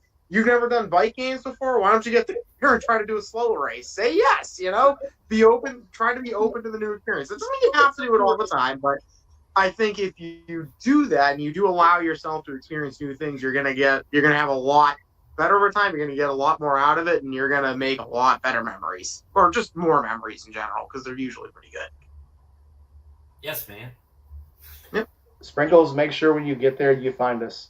Yeah, 100%. What's Mhm. weird is I knew people from their social media accounts. I knew people from their Instagrams and their Facebooks. And when I got to the camp out, they looked totally different because one, women use a lot of filters. Here's my advice to women: don't use filters because if you ever go missing, nobody knows what you look like. And I say that, they used to say that as a joke, but they actually had a woman that went missing in Memphis. They kept putting her picture up, and all the pictures that her family had and her friends were from her on Instagram and Facebook, and it did not look like her at all. And when they finally found her, she definitely didn't look anything like it. She used a thinning filter. She looked about 50 pounds heavier when they finally found her. But nobody was looking for her. They were looking for the person in their Instagram. Oh, anyway, long story short, I'm squirreling. If you know who we are, walk up to us because I may not know who you are. Mm-hmm. So, yeah, I know Sprinkles has a really long beard. That's what I know about Sprinkles. But that's probably half the guys at FA. So. Oh, what? Also, I'm terrible with names. I'm relatively okay with faces and just names. I'm bad. So if you meet me in person and it's our first time, second, maybe even our third time, and I still can't get your name right, message me on Instagram with your name and your face, and I will make that correlation and probably remember it better. I won't. Walk up to me. And if you don't remember me, walk up to my bike. So. Yeah, exactly. Names are completely arbitrary. What we will remember is faces, and we'll remember your bike. I'll remember your hug. I'll remember your hug and your bike. Yeah. Yeah, and if you're looking for me and you don't see me, just look around for a white Rebel 500 with red No. and a tall sissy bar. No. It kind of does still look like a Rebel 500 though. So, who was it? It was either Nicole or Goon that I made the comment that the Lowrider S, just the regular Lowrider S, looks, rides, and feels like a bigger version of the new Rebels. And I don't remember whether it was Goon or Nicole, but one of them threatened to stab me for that comment. Probably Nicole. It does. I mean, That was both? That was both. It does. Okay, then they both made that comment. Honestly, it's like I've ridden the Rebel 1100, and even the Sportster, or not the Sportster, the Lowrider S, it feels like a bigger version of the Rebel 1100. But then I know Goon's like, oh, the Lowrider's a bigger version of a Sportster. And I'm like, no, because Sportsters are disgusting and I hate them, but I love the Lowriders. I've not ridden a Sportster I like. hang on, you rode one all the way down from Ohio. Yeah, I didn't like it. There's two things. Oh, it was the wrong color. No, it's not even it's not even a Racist. matter of that. It's bikist. No, it's That's there's racist. There's two things I liked about it. I liked that I could go twice the distance per gas stop. I liked that I could go more than 80 miles per gas stop on that Sportster because it had the larger tank. I also liked that I had enough power to get the hell out of the way because there were several times I needed to do that on the Rebel and I barely got out of the way because it didn't have enough ass to get past a certain speed. Whereas on the Sportster 1200, I'm just like, gone, out of the way, not getting run over. It's an engine on a But- tricycle frame. It's going to sound odd to say this, but I was more comfortable on my Rebel 500 for a longer ride than I was on the Sportster. And I've ridden other Sportsters, 883s and stuff up here for test rides and demos, and I don't like the Sportster platform. I liked mine after I put the forward controls on it and the mini apes, and I did what I wanted to it. And then that's with any Harley. Harleys are Lego sets for adults. They're just meant to change them and make them what you want them to be. They give you a box of open parts, and you just put the parts on that you want, and get rid of the rest. I thought that was just motorcycles in general. And then go like 3 days later and buy more parts. Anyway, more so the Sportster frame than anything, because it's a wide open frame and everything is so easy to get to and change. Oh, hey, Gmal Rides just joined. She's in the hotel for the night, and she's on her phone. Just want to make sure we give a little shout out to her. I would like to tell Gma you are my Patreon of the month. Everybody clap. Yay. Hang on, I have. Hang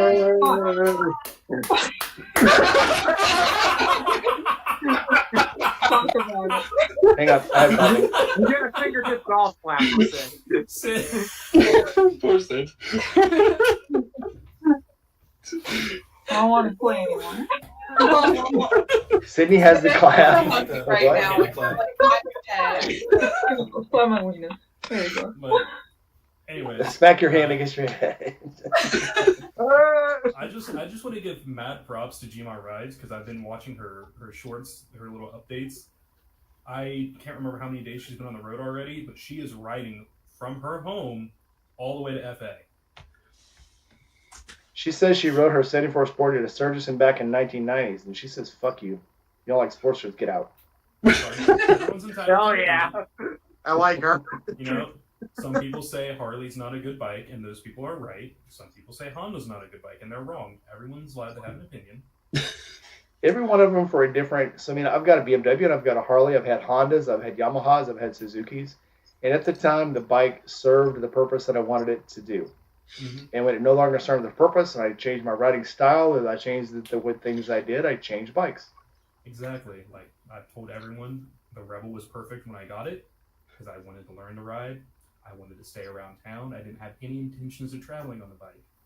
And then I started watching the camp out videos, other people camping, moto camping, and then the Forgotten Angels videos. And then I got that hair up my ass. I'm like, I want to make one of these trips. And I was like, I'll go camping on my bike over summer. And then next thing I know, I bought a bunch of parts over winter and I left and I was in Florida. And then I figured out very quickly, I need a better bike for camping than the Rebel.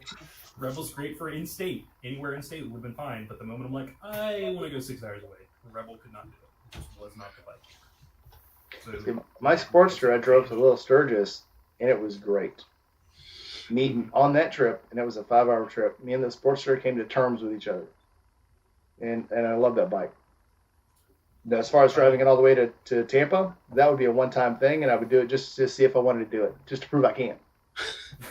Like some other dude did on a 500 Rebel, but this one time. see, I think I've proven myself enough to do things how I want to do them from now on, at least for the next few years. If I want a trailer, I'll trailer. If I don't want to ride at all, I'll take the car. I've proven that I ride like an idiot enough. I like how Seven says that she punched the TV, and it was wrong, not because she punched the TV, but because she hit it weird. Why? Well, it's not that I punched the TV, I just hit it weird. Okay. Oh, There's a proper technique for punching a TV. Yeah, but you know, training. Oh, Sid, we're not going to be able to do hand-to-hand combat this time.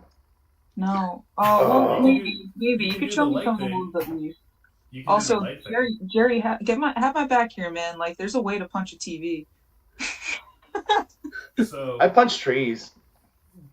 here's the thing, Mike. You might not be able to do the hand-to-hand combat stuff, but you guys can still do the leg wrestle thing that Sid wants to do with people. Oh yeah, Indian leg wrestling. Mm-hmm. Yeah. I'll be the cameraman for that because I already know I'll lose against everybody. I skip leg day too much. Poor shame. Yeah. I'm telling like daddy. You're gonna tell Eddie?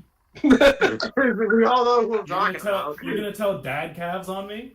Yep, I'm telling on you. He'll be disappointed. Wasn't Eddie just saying he squatted 480 or some shit today? Eddie's Yeah, he did set a PR for his squad. I'll put it like this. Eddie's calves put most men's entire legs to shame.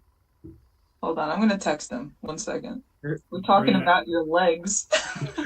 Hang on, let me look up the quote to make sure I didn't We saw him in Jersey. misquote He did it. a calf extension, and I looked at his legs, and all of a sudden I'm like, that's a brick wall. So yeah, he did 365 today. He squatted 365. Hell yeah. So yeah. Dad calves. It sucks at my age the things I've had to give up. You had to give what up? Oh, heavy squats.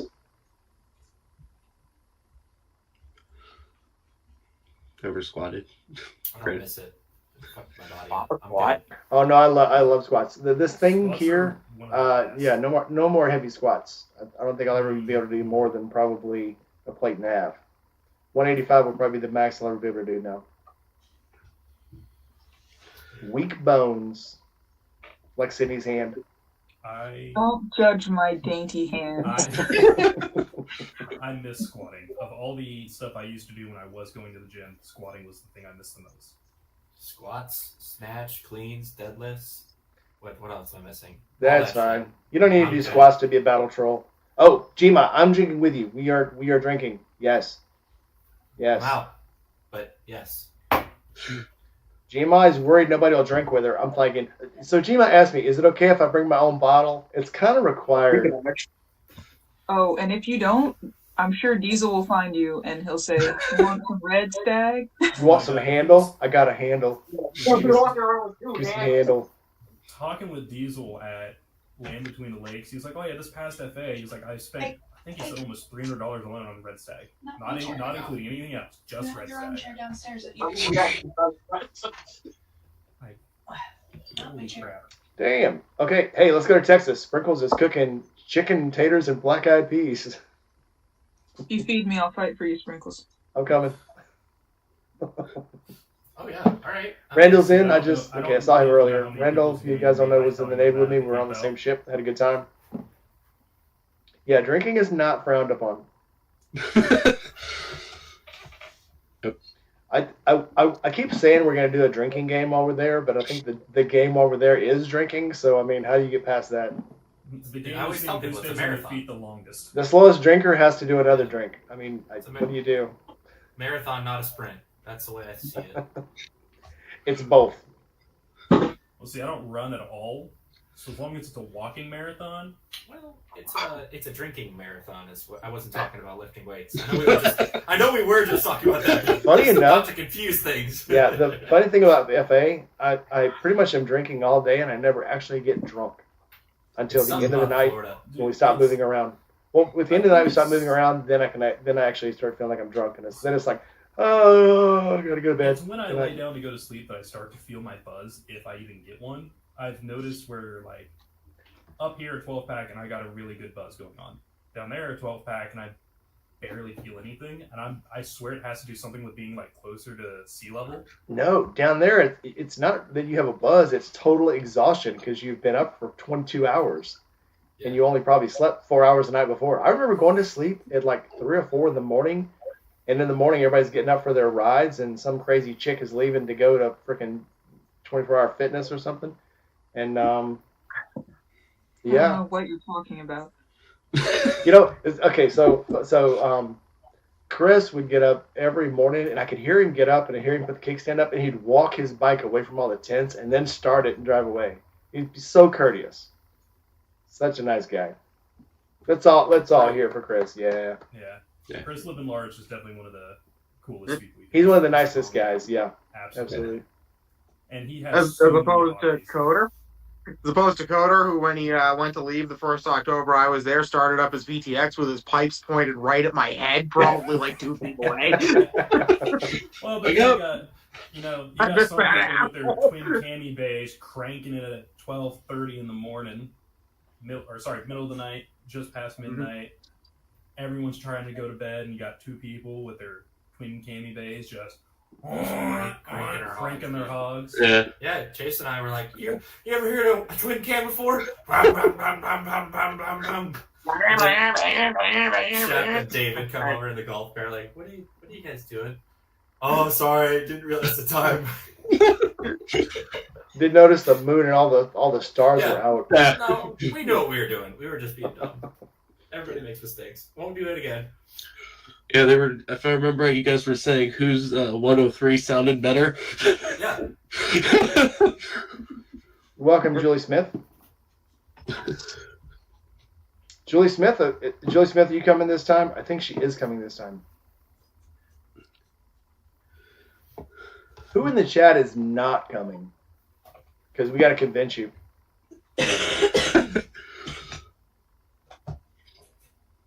He said in the chat, no. Hey, I'm technically in chat too.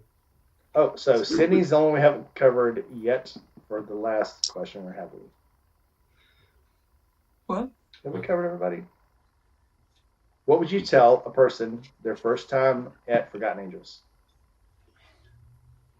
Hydrate, don't dehydrate. Don't leave your It's also helmet on good top to of do the both. hill.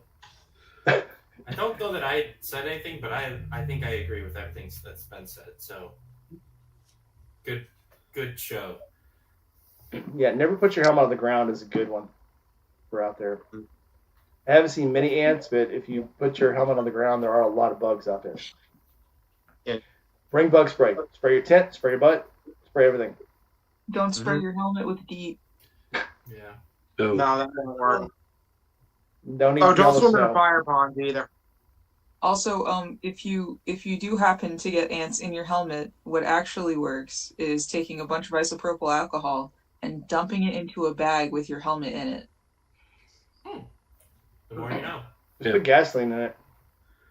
Well, Oh, that might have a lingering smell. another Right. Yeah. thing, It'll I think kill this them. was mentioned in a different. I saw it on TikTok. It works. Kill some brain cells too while you're at it. Another thing, though, because I think this was mentioned in another stream, and just to reiterate and cover it again, there are gators in the ponds. Do not go into the ponds. That's why I just said, don't swim in the ponds. Do not molest the gators. They don't like it. Don't They'll feed tell the David. gators. Don't pet the gators. Don't get in the water. But if There you you catch a gator, take it home. It'll be a good pet. It'd be a good hors d'oeuvre. Oh, I really want to eat gator. I don't think I've ever I had do gator too. either. Can be good. It can be. Oh, it's good. So I know the thing being down there, it's the same as in Louisiana. If you go to a place that is, tourist friendly, they're not going to have good gator. They're not going to have good oysters. You got to go to some backwoods freaking shack to get the best food, because every other place is going to make it commercially and probably doesn't get it there anyway. So 2024 trip to Louisiana. Hit up the French Quarter one day. Go find some bayou to get some fresh gator. Oh, I should make jambalaya. The best If you want gator. oysters. Hey, I'm making gumbo tomorrow. You lucky duck. The best gator is going to be in Lake Charles or even somewhere on the swamps, not in New Orleans. You're not going to get good gator in New I Orleans. say we spend one day in New Orleans. We take another day to go out in the bayou. Go find that shack you're talking about with the good home fried gator. You got to go down to Slidell or Homa, somewhere way down. So if you look at a map of Louisiana, if you look way down in the parts that you have to zoom in on, and there's little bridges that run through the swamp, and you'll see zooms in way in and see a little bitty piece of land. That's where you're going to find the good food. And that'll be Homa and Slidell, Lacassine, places like that. Eddie Fresh just stepped in. Yes, Eddie, you did in fact hear somebody skips leg day on a regular basis, and they are in this live stream at this moment. Yep. You know, they're doing the dad calves shame. You fucked up now, son. You doing a goof, boy. Justin, look what you did. I'm good. I'm good on the Olympic lifts. I've been there, done it. I'm good. My body does not agree with it any longer. Randall, I used to eat Nutra as a kid, but because that's what was there. It's like eating possum. I'll do it again, and I have done it, but I wouldn't go, man, I'm sure hungry for possum. I think I'll go get some. Nutra is like a dog with a horse's face, and it's about as big. Yeah. Yeah, you other guys eat clams. Oh, yeah. I've had them. Hell yeah, dude. I love clams. I like clams more than oysters. Never had I either. like raw oysters, but Big shock. Never had either. Oh yeah, I'm not surprised. Oh, really? Yeah, we're not surprised, Aaron. I like Slidell. So Gma is actually in Slidell tonight. So what did you get to eat tonight, Gma? Was it gator or Nutra? Okay, so hold on. Where's Slidell? So if you look, okay, go to Baton Rouge. Go down. Okay, go to New Orleans on the map and go south. Okay, well, let me open up the map then. You know how Louisiana looks like a choo-choo train? I was thinking more of a shoe than a choo-choo train. Go down. Okay, if it looks like a shoe, go down to the very bottom of the sole and go out toward the Baton toe, Rouge. Yeah. and that's Slidell. So Baton Rouge is Slidell? Or wait, No, it's way further south. I see it now. South And of then Pearl River. Homa is a little further south than that. Oh, well, hell, she'll be in Tampa by, what, Monday? She's like 10, 12 hours away. No, she'll be there quick. Ooh. Oh, we're gonna get there at the same time. So Sid's going to be the first one of us to meet GMI Rides. I'm gonna be the first one to hug her. Yeah. Yeah, be jealous. She just started the punch. That's fine. There'll just be more people to help me set my tent up when I get there Wednesday night. Yeah. Yeah. If I get there too late, I'm just gonna throw everything on the ground and grab my sleeping bag and go sleep in the Yingling hut. Okay. As I say, Aaron did that the last night. That'll be the first time that I make the trip all in one shot. So Aaron did what in March? What? Didn't you sleep in the hut the last night? No, I was going to, but there was like no room. There were people who didn't bring a tent because their sole intention was to sleep in the Yingling house. So there was no place for me to even like sit in there to like even recline. I attempted to sleep on the like weird trampoline triangle thing over near where Trucker Paul, Colleen, and Jack, and Jake and all of them sleep. It's like just to the side of theirs near the gazebo. Because it was like the only place I could find that wasn't the ground to lay on. The downside of that is there was no insulation around me at all. It's cold. So the wind was not just going over me, it was going under me. So at one point I slept for probably about 40 minutes in the 45 degree, just laying there in a hoodie. And I got up and I just started walking laps around the property to stay warm. Until somebody else woke up. I think it might have been Sky. And somebody else woke up and started a fire in the big fire pit next to the entryway. And then I went over there and I just like kept kind of circling the fire. I half thought about just like crawling into somebody else's tent. I also considered waking Juice up to get the keys to go sleep in his truck. Should have I done did that. none of these things. I was like, you should have just jumped in the bed and slept in it. That probably would have been better. Probably. Went I to also Walmart. could have that day that I knew I wasn't gonna have a tent, went to Walmart and got a cheap throwaway tent. Yeah. And I chose not to do that. There were plenty of options that I had, none of which I took. Because I was a stubborn son of a bitch that thought I could sleep one night under the stars. It's not going to be that cold again. we have Because a I was that cold. didn't even check the weather. well. So, This time we have a garage. Anybody that comes that doesn't have a tent, get a sleeping bag, get a tarp, and you can sleep in our garage. by that he means the garage part of his Wolf Walker But tent. you have a garage this time, so. I don't. Well, I mean, I do, but I'm not going to be there. Well, if you did, you'd have a garage. We have a garage. Okay, so Gma, I'm not sure where you are, but Livingston, Louisiana, on I-10, there's a place called Porky's. It's in a gas station. It's out in the side of a gas station. They have the best boudin, I would say, probably in all of Louisiana. They have deer, they have gator, they have pork, they have kidney liver. It's great. So stop if you go through Livingston tomorrow on I-10, stop at Porky's. And I think it's in like a Love's gas station or something, I think. Or a Texaco. I'm not sure. Either way, very good stuff. Look it up. Now I want boudin.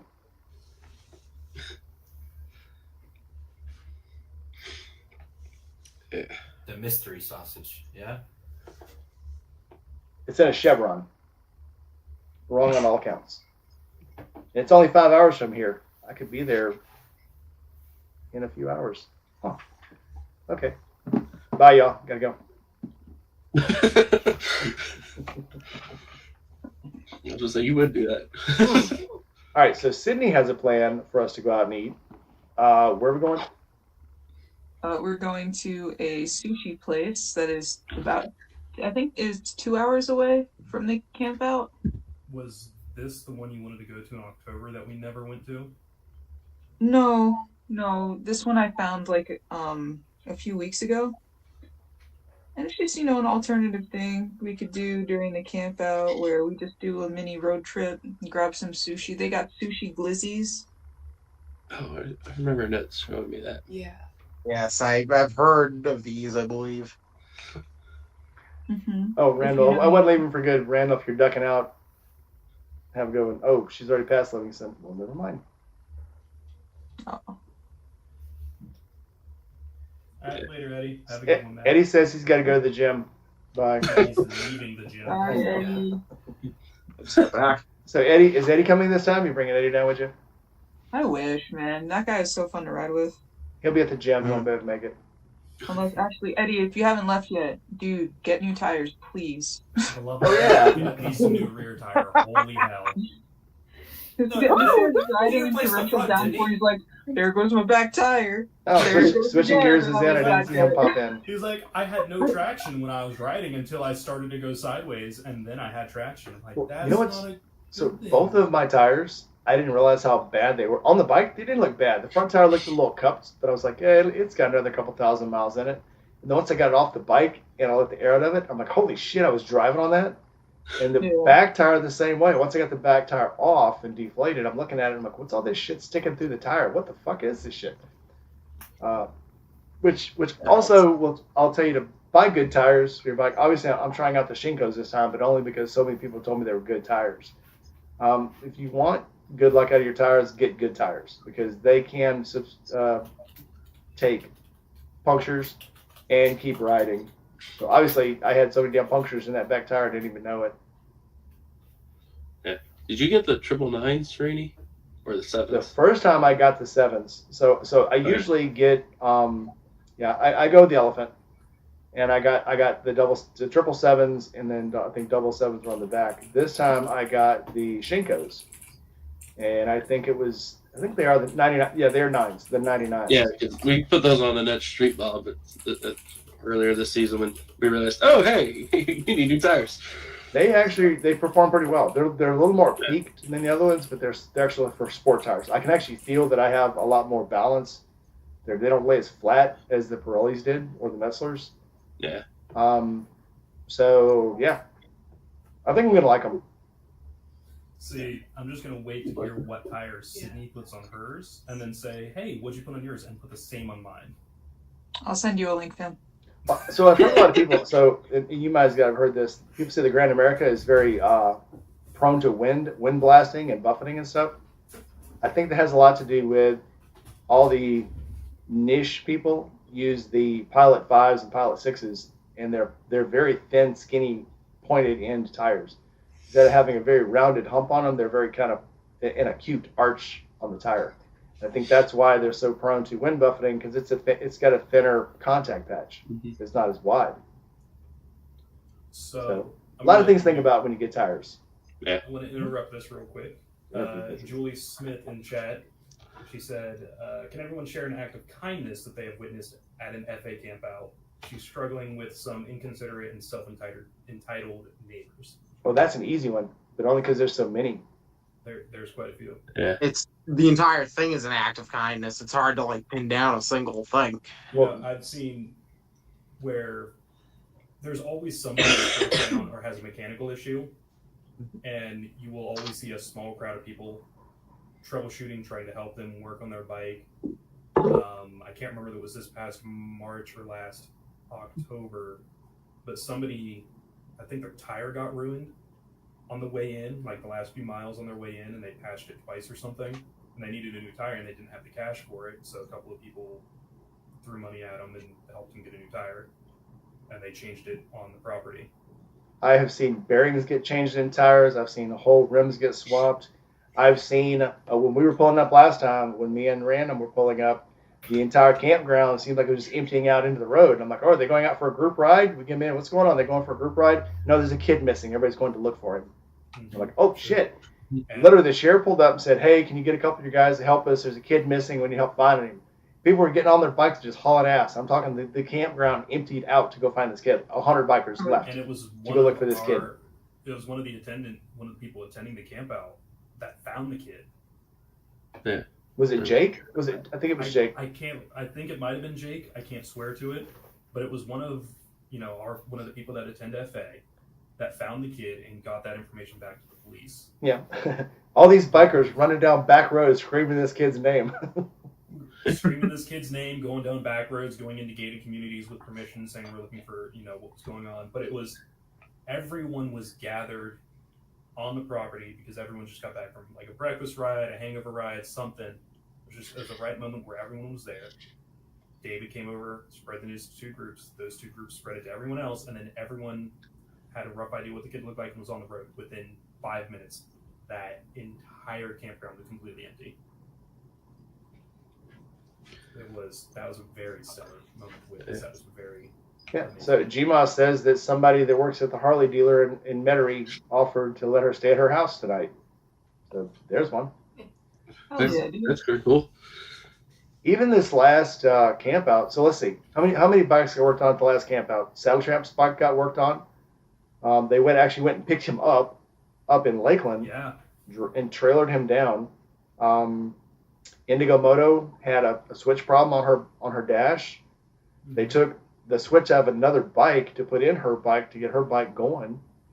I think they took a part off of the shovel head to put on somebody else's bike. That was Saddle Tramps. Because they're Saddle Tramps, yeah. So yeah, there's at any time during the camp out, you can probably see somebody working on someone else's bike. 4 or 5 people crowded up around the bike doing something to it. Another act of kindness, more specific to one that happened to me this past camp out, the March camp out. I wasn't going to make it home if I had to ride. I just didn't have it in me. I was too exhausted. I was too tired, too sleep deprived, too cold, frostbitten toes. I was a mess. And somebody was kind enough to trailer me. They're tired of hearing about it. But somebody was my hero. They trailered me home. I think that same person might have, when I was standing around at the camp out and my feet were in complete agony because I was not yet, in the amazing club that is Indy Ridge. They offered me some of their cowboy cure to take some of the pain out of my feet.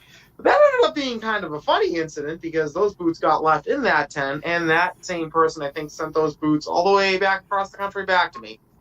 Okay, I get it. All right, guys, all right. So, yes, I did those things, but I did want to... I appreciate that. But I was trying to think of examples, like, outside of even just the people on this call are kind of, like, in, kind of our set of people. But, like, one great example that came to mind was David and Cindy, not officially, legally changing the name of Little Stearns Road, but that road being named Nick Miner Way after Derek Miner's son that was lost. So that's one really cool example, as an organization that they do a lot, but then it's those little things that also, we're gonna name our road, the road that we go in and out of every single day after your son that was killed in a car accident. So I think that's a really cool example. The coolest one I could think of, obviously, Steve giving all the boots away to the kids, but the coolest one I can think of is not the last March camp out, but the one before, where a guy rode a Chinese sport bike all the way from, was it Maine? No, it was North Carolina. North Carolina, yeah. And when he got down there, the bike was totaled. It was running bad. He was out of gas money, didn't have a way to get back. And wouldn't you know it, at the last minute, there's a second prize in the drawing. And it just so happens the second prize is $500 and a free tune-up for your motorcycle. Wow. Damn. Wait, was that the guy with the little the Chinese sport bike scooter with the frunk? Yeah. Okay, that was the 1st October one, actually. I think because I remember that. I remember that whole thing distinctly. Actually, that guy going around, he's like, "Yeah, now we can actually get home." Go figure. Good thing I won this prize that came out of nowhere. Yeah. Too cool. Love you, buddy. Too cool. There's always something. You are not going to come back from this camp out without a story you're going to tell for years. Mm-hmm. Absolutely.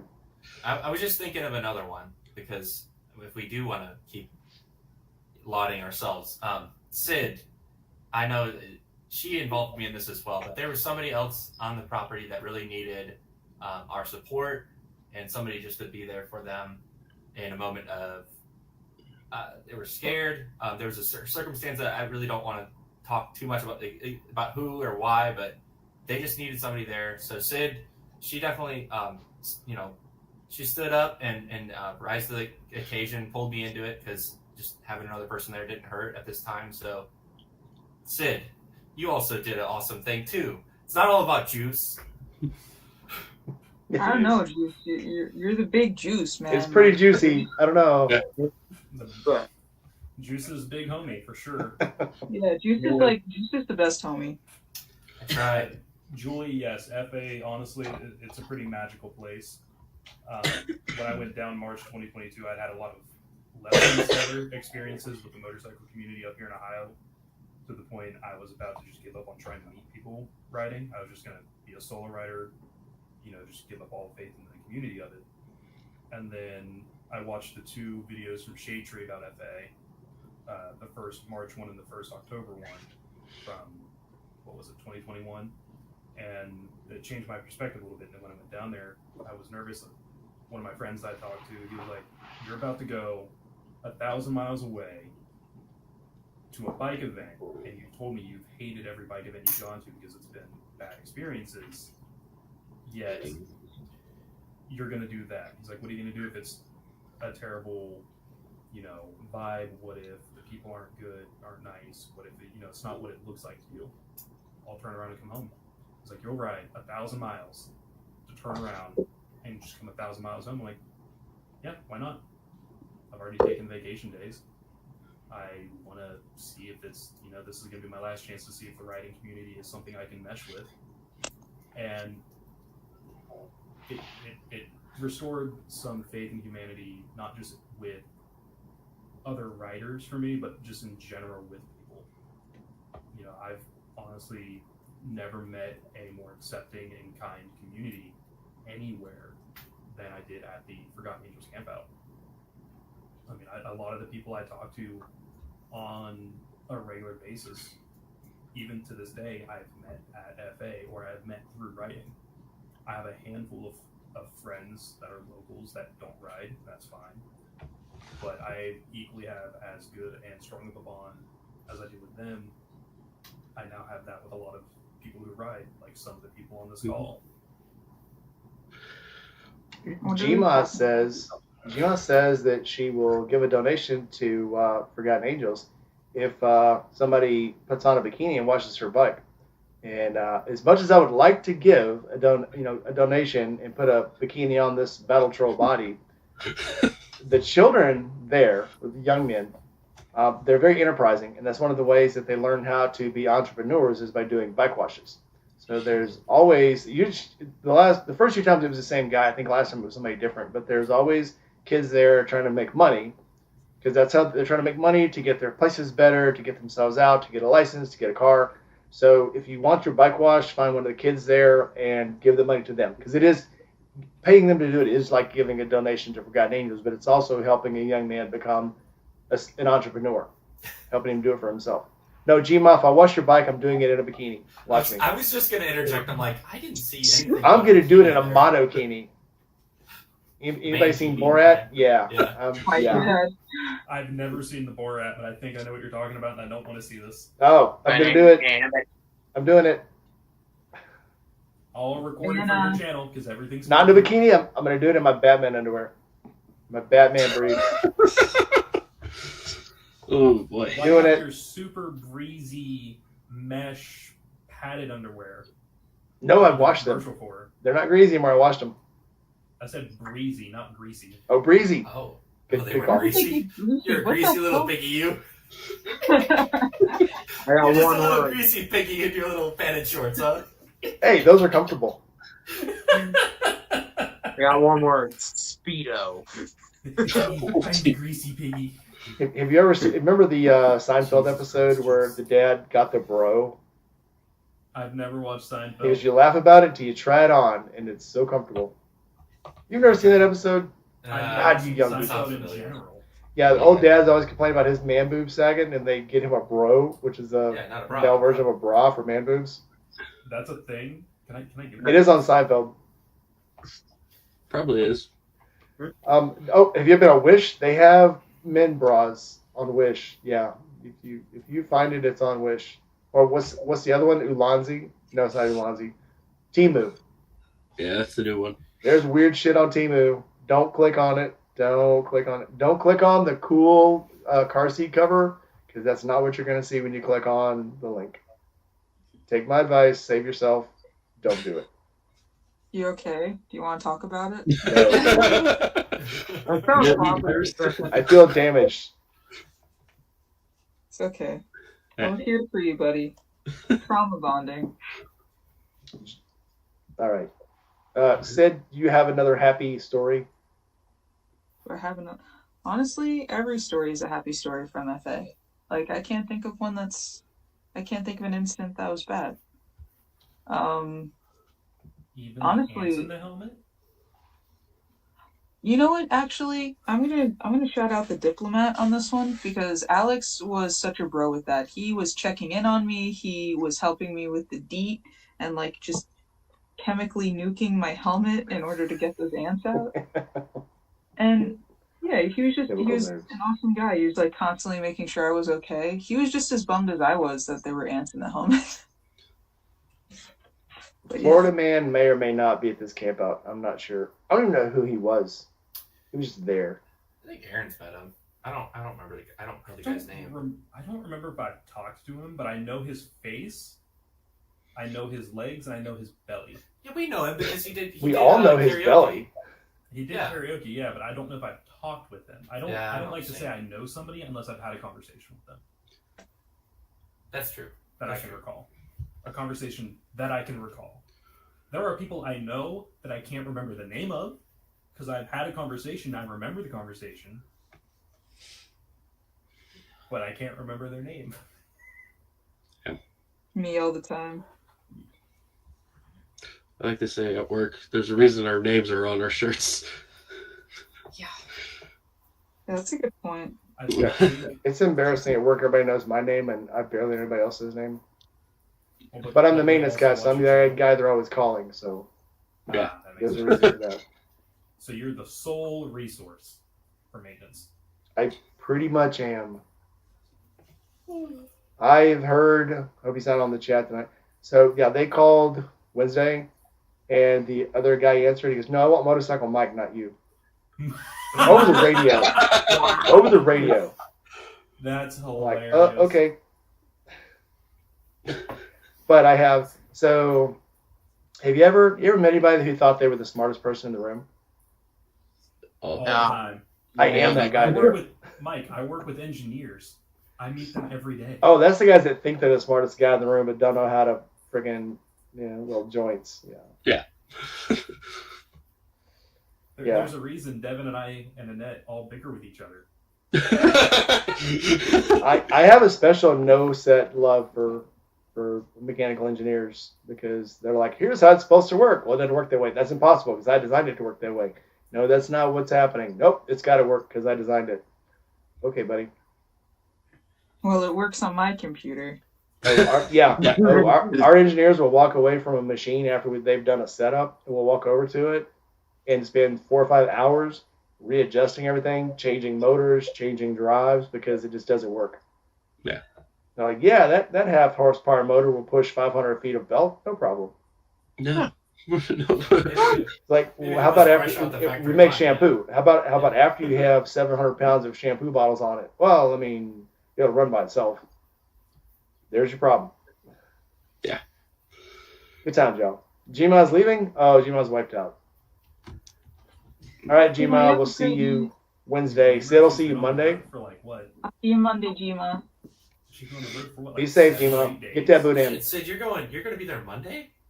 Yeah, I was gonna volunteer. She's going to go to FA Damn. and work with a broken hand. Yeah. Don't say it like that. She gets 2 T-shirts. Oh, Sid. So do you have capability to show us your new design? And bigger question: did they spell it right? I love that design, and it took me looking at it 3 or 4 times before I realized. Wait a minute. No, I'm gonna keep it a secret for a little bit, just because I need to fix the So spelling good, on it. though. Send it to Steve. He'll fix it. What does it say? There's one that I did it was Sentinel instead of Sentinel, and I'm like, yeah, that fits. They fucked up the 7th too. Sounds intentional. Oh, it's Yeah. it's good. Thank you. You like I the one love with them the wing? though. I love the picture. Yeah, I wanted your opinion. I trust your opinion on that. I love it. There's more too. I love it that it's covertly sexual. I'm like the least sexual person. No, so she tells me, she goes, I like it because it's not overtly sexual. And I said, oh, it's because it's covertly sexual? Yeah. What is that girl in the picture wearing under all that? What are you wearing? Khakis.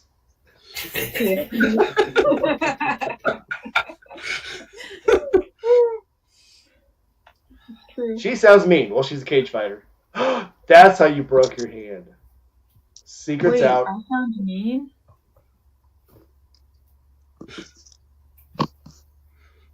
Oh. She flexes like a prize fighter. Well, she's a cage fighter, so yeah. I had the picture. I won't show it. I just want to look at it again. It's time to go to bed.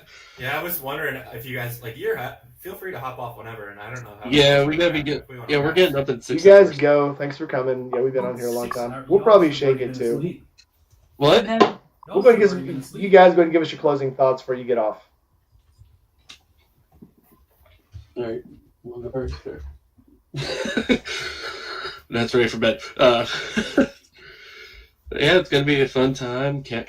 Wednesdays can't get here fast enough for us, so Yeah. Yeah, see everybody again in person, not just over video or pictures and online. You all are getting hugged, and it's going to be long and awkward and amazing. Are you gonna moan? Or be awkward. Well, if you do that, that might be a little awkward. That might get a little awkward already. I'm gonna moan. I'm gonna moan every time I hug somebody. I want you to whisper. Oh, so much muscle. Get a hug. Oh, feels like friendship. Mm. Oh. Careful. That's my jelly. Is that banana? Grabbing. Oh, man. Lord, You brought out yourself. I know. All right, guys. See you. Sorry for keeping you so long, but thanks for coming in. No problem. Have a See you good guys night. later. See you Wednesday. Later. We'll see you. Later. I have a sneaking suspicion that once they get down there, they're going to send me lots of photos and just say, "Look what you're missing out on." Yes. I'm We going to are? avoid Yes. very quickly. I'm actually okay. I didn't do a video this week, but next week I am thinking about scheduling a live from the Loose Juice channel. If you all want to do similar shit, I think that could be kind of cool. To capture raw, unedited. This is the camp out, and try to that's, keep it like fairly short. But like, I think that's what I want to do because I didn't edit nothing this week. Good night, Julie. Thanks for coming in. Good night, Julie. Yep. So Thank my you. weekend will consist of an oil change, and I'll tell you guys what I'm doing for my commercials after we get off. But I got a busy weekend, so yeah, I will not be making a video this week because even if I video the oil change, I've got so much shit to do for Forgotten Angels. I just won't be able to edit it or get it out. Oh yeah, no, sorry, switching gears. We were just saying goodbye to Devin and Annette. We are still here, although I don't know if we wanted to wrap soon. I don't We'll care. do our closing thoughts, but I mean, you're going to finish your thing, but I cut you off, so we're really sorry. We're good. I'm good. Yep, 9 Mills wants to go. So let's go and do closing thoughts. Everybody's getting tired. Juice, closing thoughts. Rule number 1: be cool, be kind. That's not a rule. It's just be kind and say yes. I'm gonna steal that from the Yankee. I love that. And see you all at camp out if you're gonna be there. Unless you're Aaron and I hate you, and I don't want to talk to you ever again. Just kidding. Love you. And also, I don't know. That's it. Just damn it. Good enough. I'm looking forward to hanging out with you all again in person. It's going to be rough not getting to join that. We'll save a piece for you for next time. I'll save you a sweaty hug. Yeah. I'll work on my pecs where when I hug you, my pecs will dig into yours in a manly, loving way. More push-ups. More push-ups. More push-ups. All right, 7. Closing thoughts. Again, just to piggyback off of what you said, just be cool. Don't be afraid to come up and talk to people. And if you see someone walking by themselves that's looking a little lonely or lost, like, it's all right to just, go over and see what's up. Ask for their name, or like if they want to join on a ride, and I guarantee you're going to meet some amazing people, and some of these friendships that you're going to make during this weekend are probably going to last a lifetime. Yeah, look at us. Insane. Crazy. Yankee, closing thoughts. Well, I'm not sure if I've made this 100% clear to everybody in the chat or here, but I am also not going to be there. Unfortunately, I have a prior obligation. So somebody's going to have to drink my share of the beer when they're down there, so good luck with that. Yeah, okay. I'll drink your share of the rye whiskey. I'll have someone helping me drink some rye whiskey. Well, that was the other thing I was going to ask, is so when I will be there, which will be next March, Juice or Rainey, which one of us is bringing the bottle of Jack Rye? I think the answer is yes. We all Yeah. agree. I'm going to go to the App Store. Yeah, well, I love this plan. I'm excited to be a part of it. that liquor store, I will use it forever now. Yep. And then my only other closing thought is do the karaoke. Do yourself a favor and be memorable and do the damn karaoke. Do it whether Doesn't you're good at matter it if or you not. think you suck. In fact, get up there and suck. It's more fun that way. It absolutely is. It's funner to watch somebody sing that you don't even know what the song was. I can't remember who was. Maria Mew, the song she was singing. I'm like, what song is she singing? It took a few lines of it to go, oh, that's the song she's singing. Didn't sound like it at all. Or the one that Beth was singing. I didn't realize that song either. I thought I knew it until she started singing it, and then I was like, what song is that? Oh, it is that song. Fuck. Anyway, that was rude of me. Random. Go ahead. Oh man, y'all already kind of said some of the good ones. For a lot of us traveling far, it's the colder time of year for us, so just be smart with your packing and what you're wearing while you're riding. And don't be too damn stubborn to buy a tent. If you're splitting a tent and the person you're sharing with leaves, just go get a $20 tent, $30 tent, use it, give it back to FA. Because a lot of the blankets and tents they get left with, they will take and hand out to some of the homeless people down there when the colder weather's coming in. I will just say that if you decide to leave your tent, make sure to pack it up. Don't just leave it for Shay or me or anyone else or Cammie or Maria to break down for you, because that's kind of rude, buddy. Like, that's mean. Yeah. Yeah, guy. Oh, yeah. Buddy, guy, friend. One last thing too. And this is something I was bad about until this most recent camp out. Clean. Take 5 minutes. Help clean up. Pick up trash that's on the ground. Don't leave your own trash on the ground. If you see a trash can that's full, take the bag out, ask where to take it. Yeah. It's the least we can do, because they open up the property to us. They feed us. They give us water. They give us beer. They make sure we're taken care of. The only thing they ask is for us to not ruin the property.